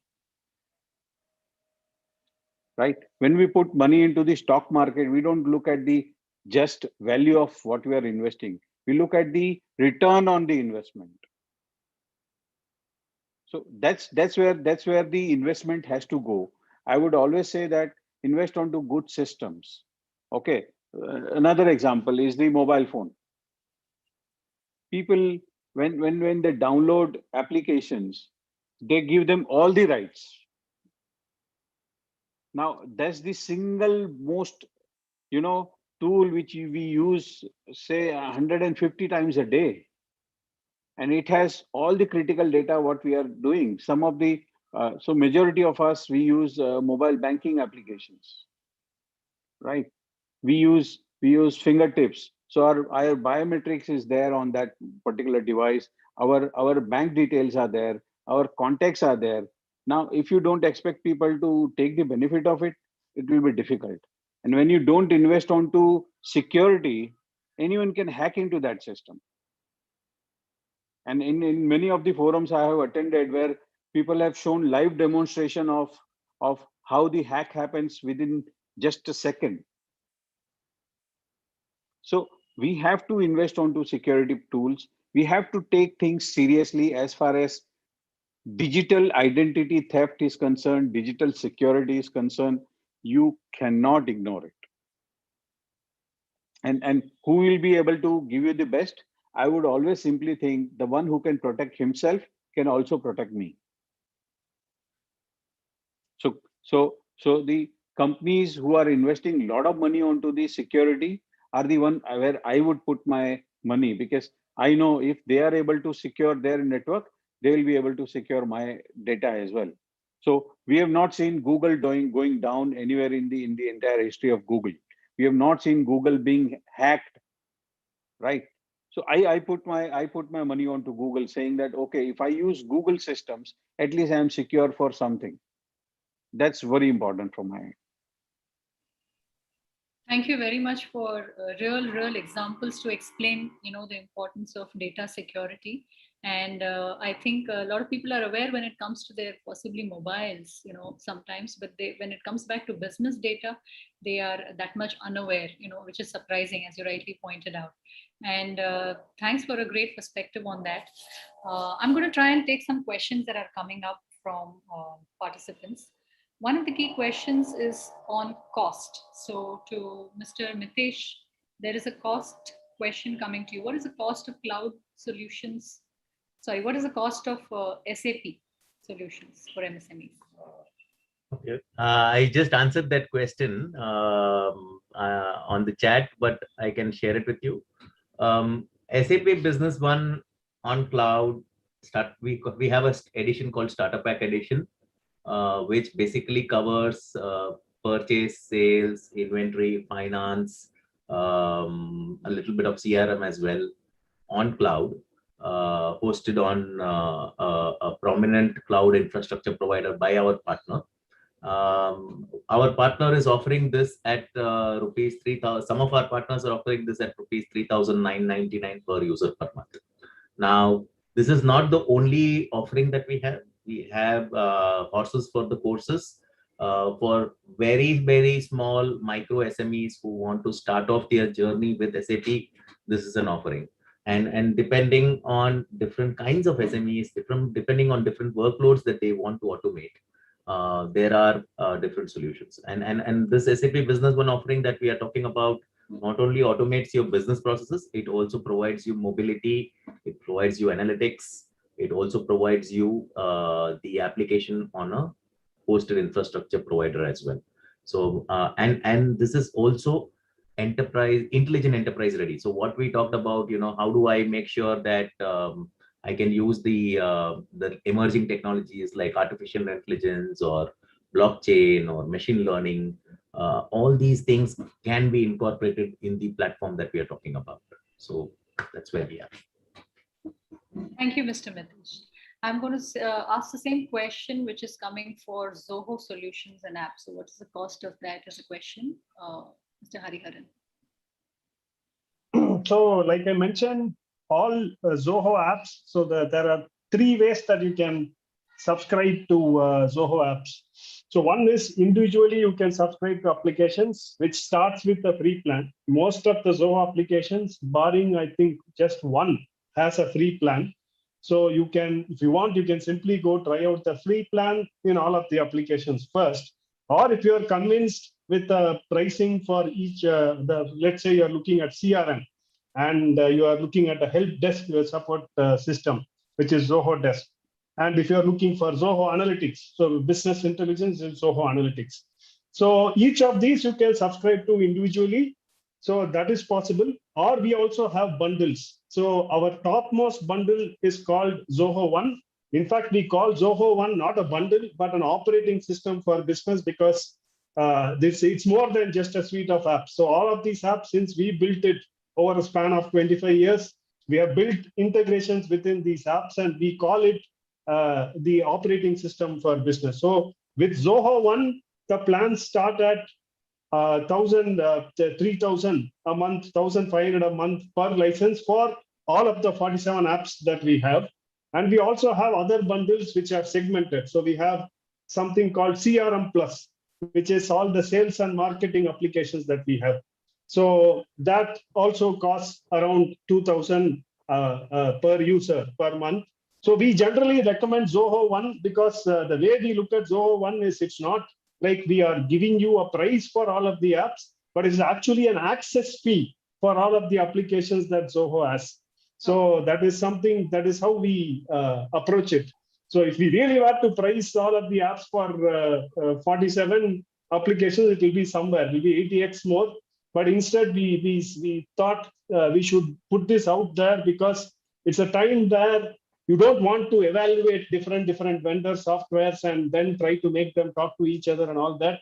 And since we have all of these applications spanning all kinds of functions from sales, marketing, analytics, HR, and also workplace and productivity applications, we have the entire gamut of things that you need to run a business. So we thought we should put something like Zoho One out there. So you can, it also has a free trial for 30 days. Okay. So you can go sign up for Zoho One and check it out. So you can just pick and choose the apps that you want and get on your way to getting digital. Okay. Okay. We are heavy users and subscribers from Zoho One. Okay, thank you. There you have another customer advocate. So there you go. Okay. So in fact, the question is coming to you as well, Mr. Puneet. What is the cost of cloud solutions and app? That's what somebody wants to know for business, manufacturing, and distribution. So if you could take. So it's a what exactly someone is looking at on the cloud solution. So I will tell you, cloud solutions are various kind.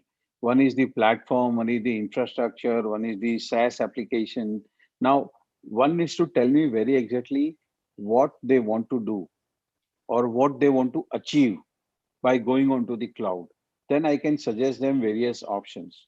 But if you look at very simple perspective, Zoho applications are also cloud applications, right?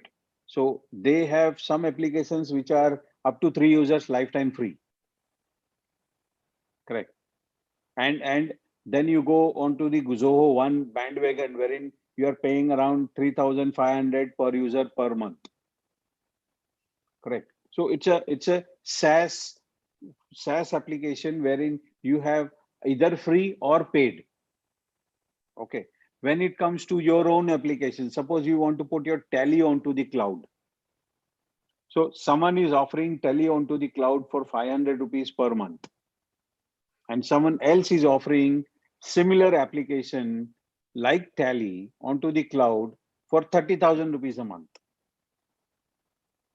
Depending on number of users you have, depending on how much data you are going to consume, there are various factors to look at from the cloud perspective. So very simple explanation here.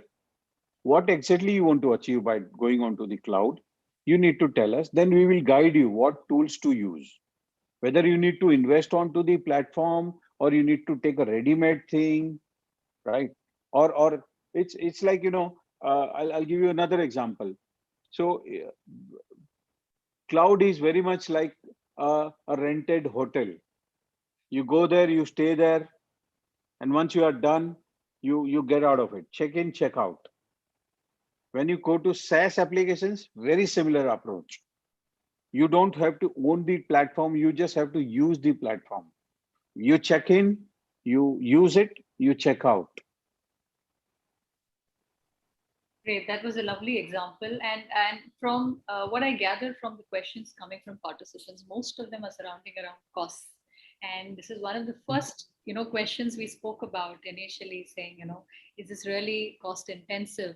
Because technology is so much associated with costs, and that is the mindset change that MSMEs have to really, really undergo. And I hope sessions like this help them realize this finally, that the question is no more about costs.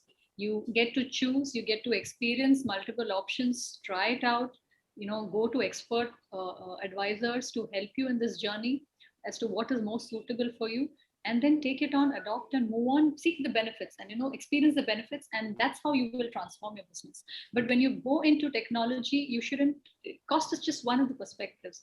And like Mr. Gandhi has told initially, that it's the overall perspective of transformation of your business that you're seeking, that you should first think about, how do I look at the holistic picture, and then take your next steps as to what you should pick up first and which one should you pick up next, and how you should go into the migration of IT into your processes. So on that note, we're bang on 2 o'clock, and I really thank all the panelists here who have come out, taken out their time. And I really hope that with all the guidance, people have more confident in entering the technology world that is ahead in future for each of us. So on behalf of India SME Accelerator Network, I'd like to thank you, Mr. Mitesh, Mr. Hariharan, and Mr. Puneet, for sparing your precious time today and sharing so much with us, and so many live examples, making it so lively and giving the real perspective to enterprises. Thank you very much. Thank you. Thank you. Have a good Thank day. you for this. I Bye-bye. hope it's useful. Thank you very much. Thank you. Thanks a lot. Thank you. Thanks a lot, Charlie. Thank you. So participants, after this brilliant discussions over all the three panels we had today, I'm sure there are a lot of takeaways for all of us. Among the various things you have gathered, I really urge you to go back and take necessary decisions quickly in your business, because it's all about action. It's not just about listening and hearing and knowing and thinking. It is about action at the end of the day that is going to make the difference into your business. So go out there, explore the options, try and implement based on all the takeaways from here today to circle out of the real challenge that we are in the pandemic, revive and grow out, start growing from here. Probably you will come out much stronger and faster and better than your competition, and you will go ahead fast. So on that ongoing note, if there are any ongoing support that you seek for your business growth and journey, we are always there for you. Just sign up free onto our online portal, which is there, coming up at the chat repeatedly for you. Sign up into www.indiasmeaccelerator.net. And out there, you will get lifetime free membership and access to a whole lot of business resources that would really change your business for you. And to tell you more about what entrepreneurs have done into growth and success stories, please stay tuned with us through the YouTube channel shared with you on the link at 4 p.m. with the Chitale Bandhu group. Mr. Indranil Chitale will be there talking to us. And at 6 p.m. with Indira IVF group, Mr. Dr. Kshitij Murudia will be there talking to us. Until then, I'm signing off from the Zoom webinar.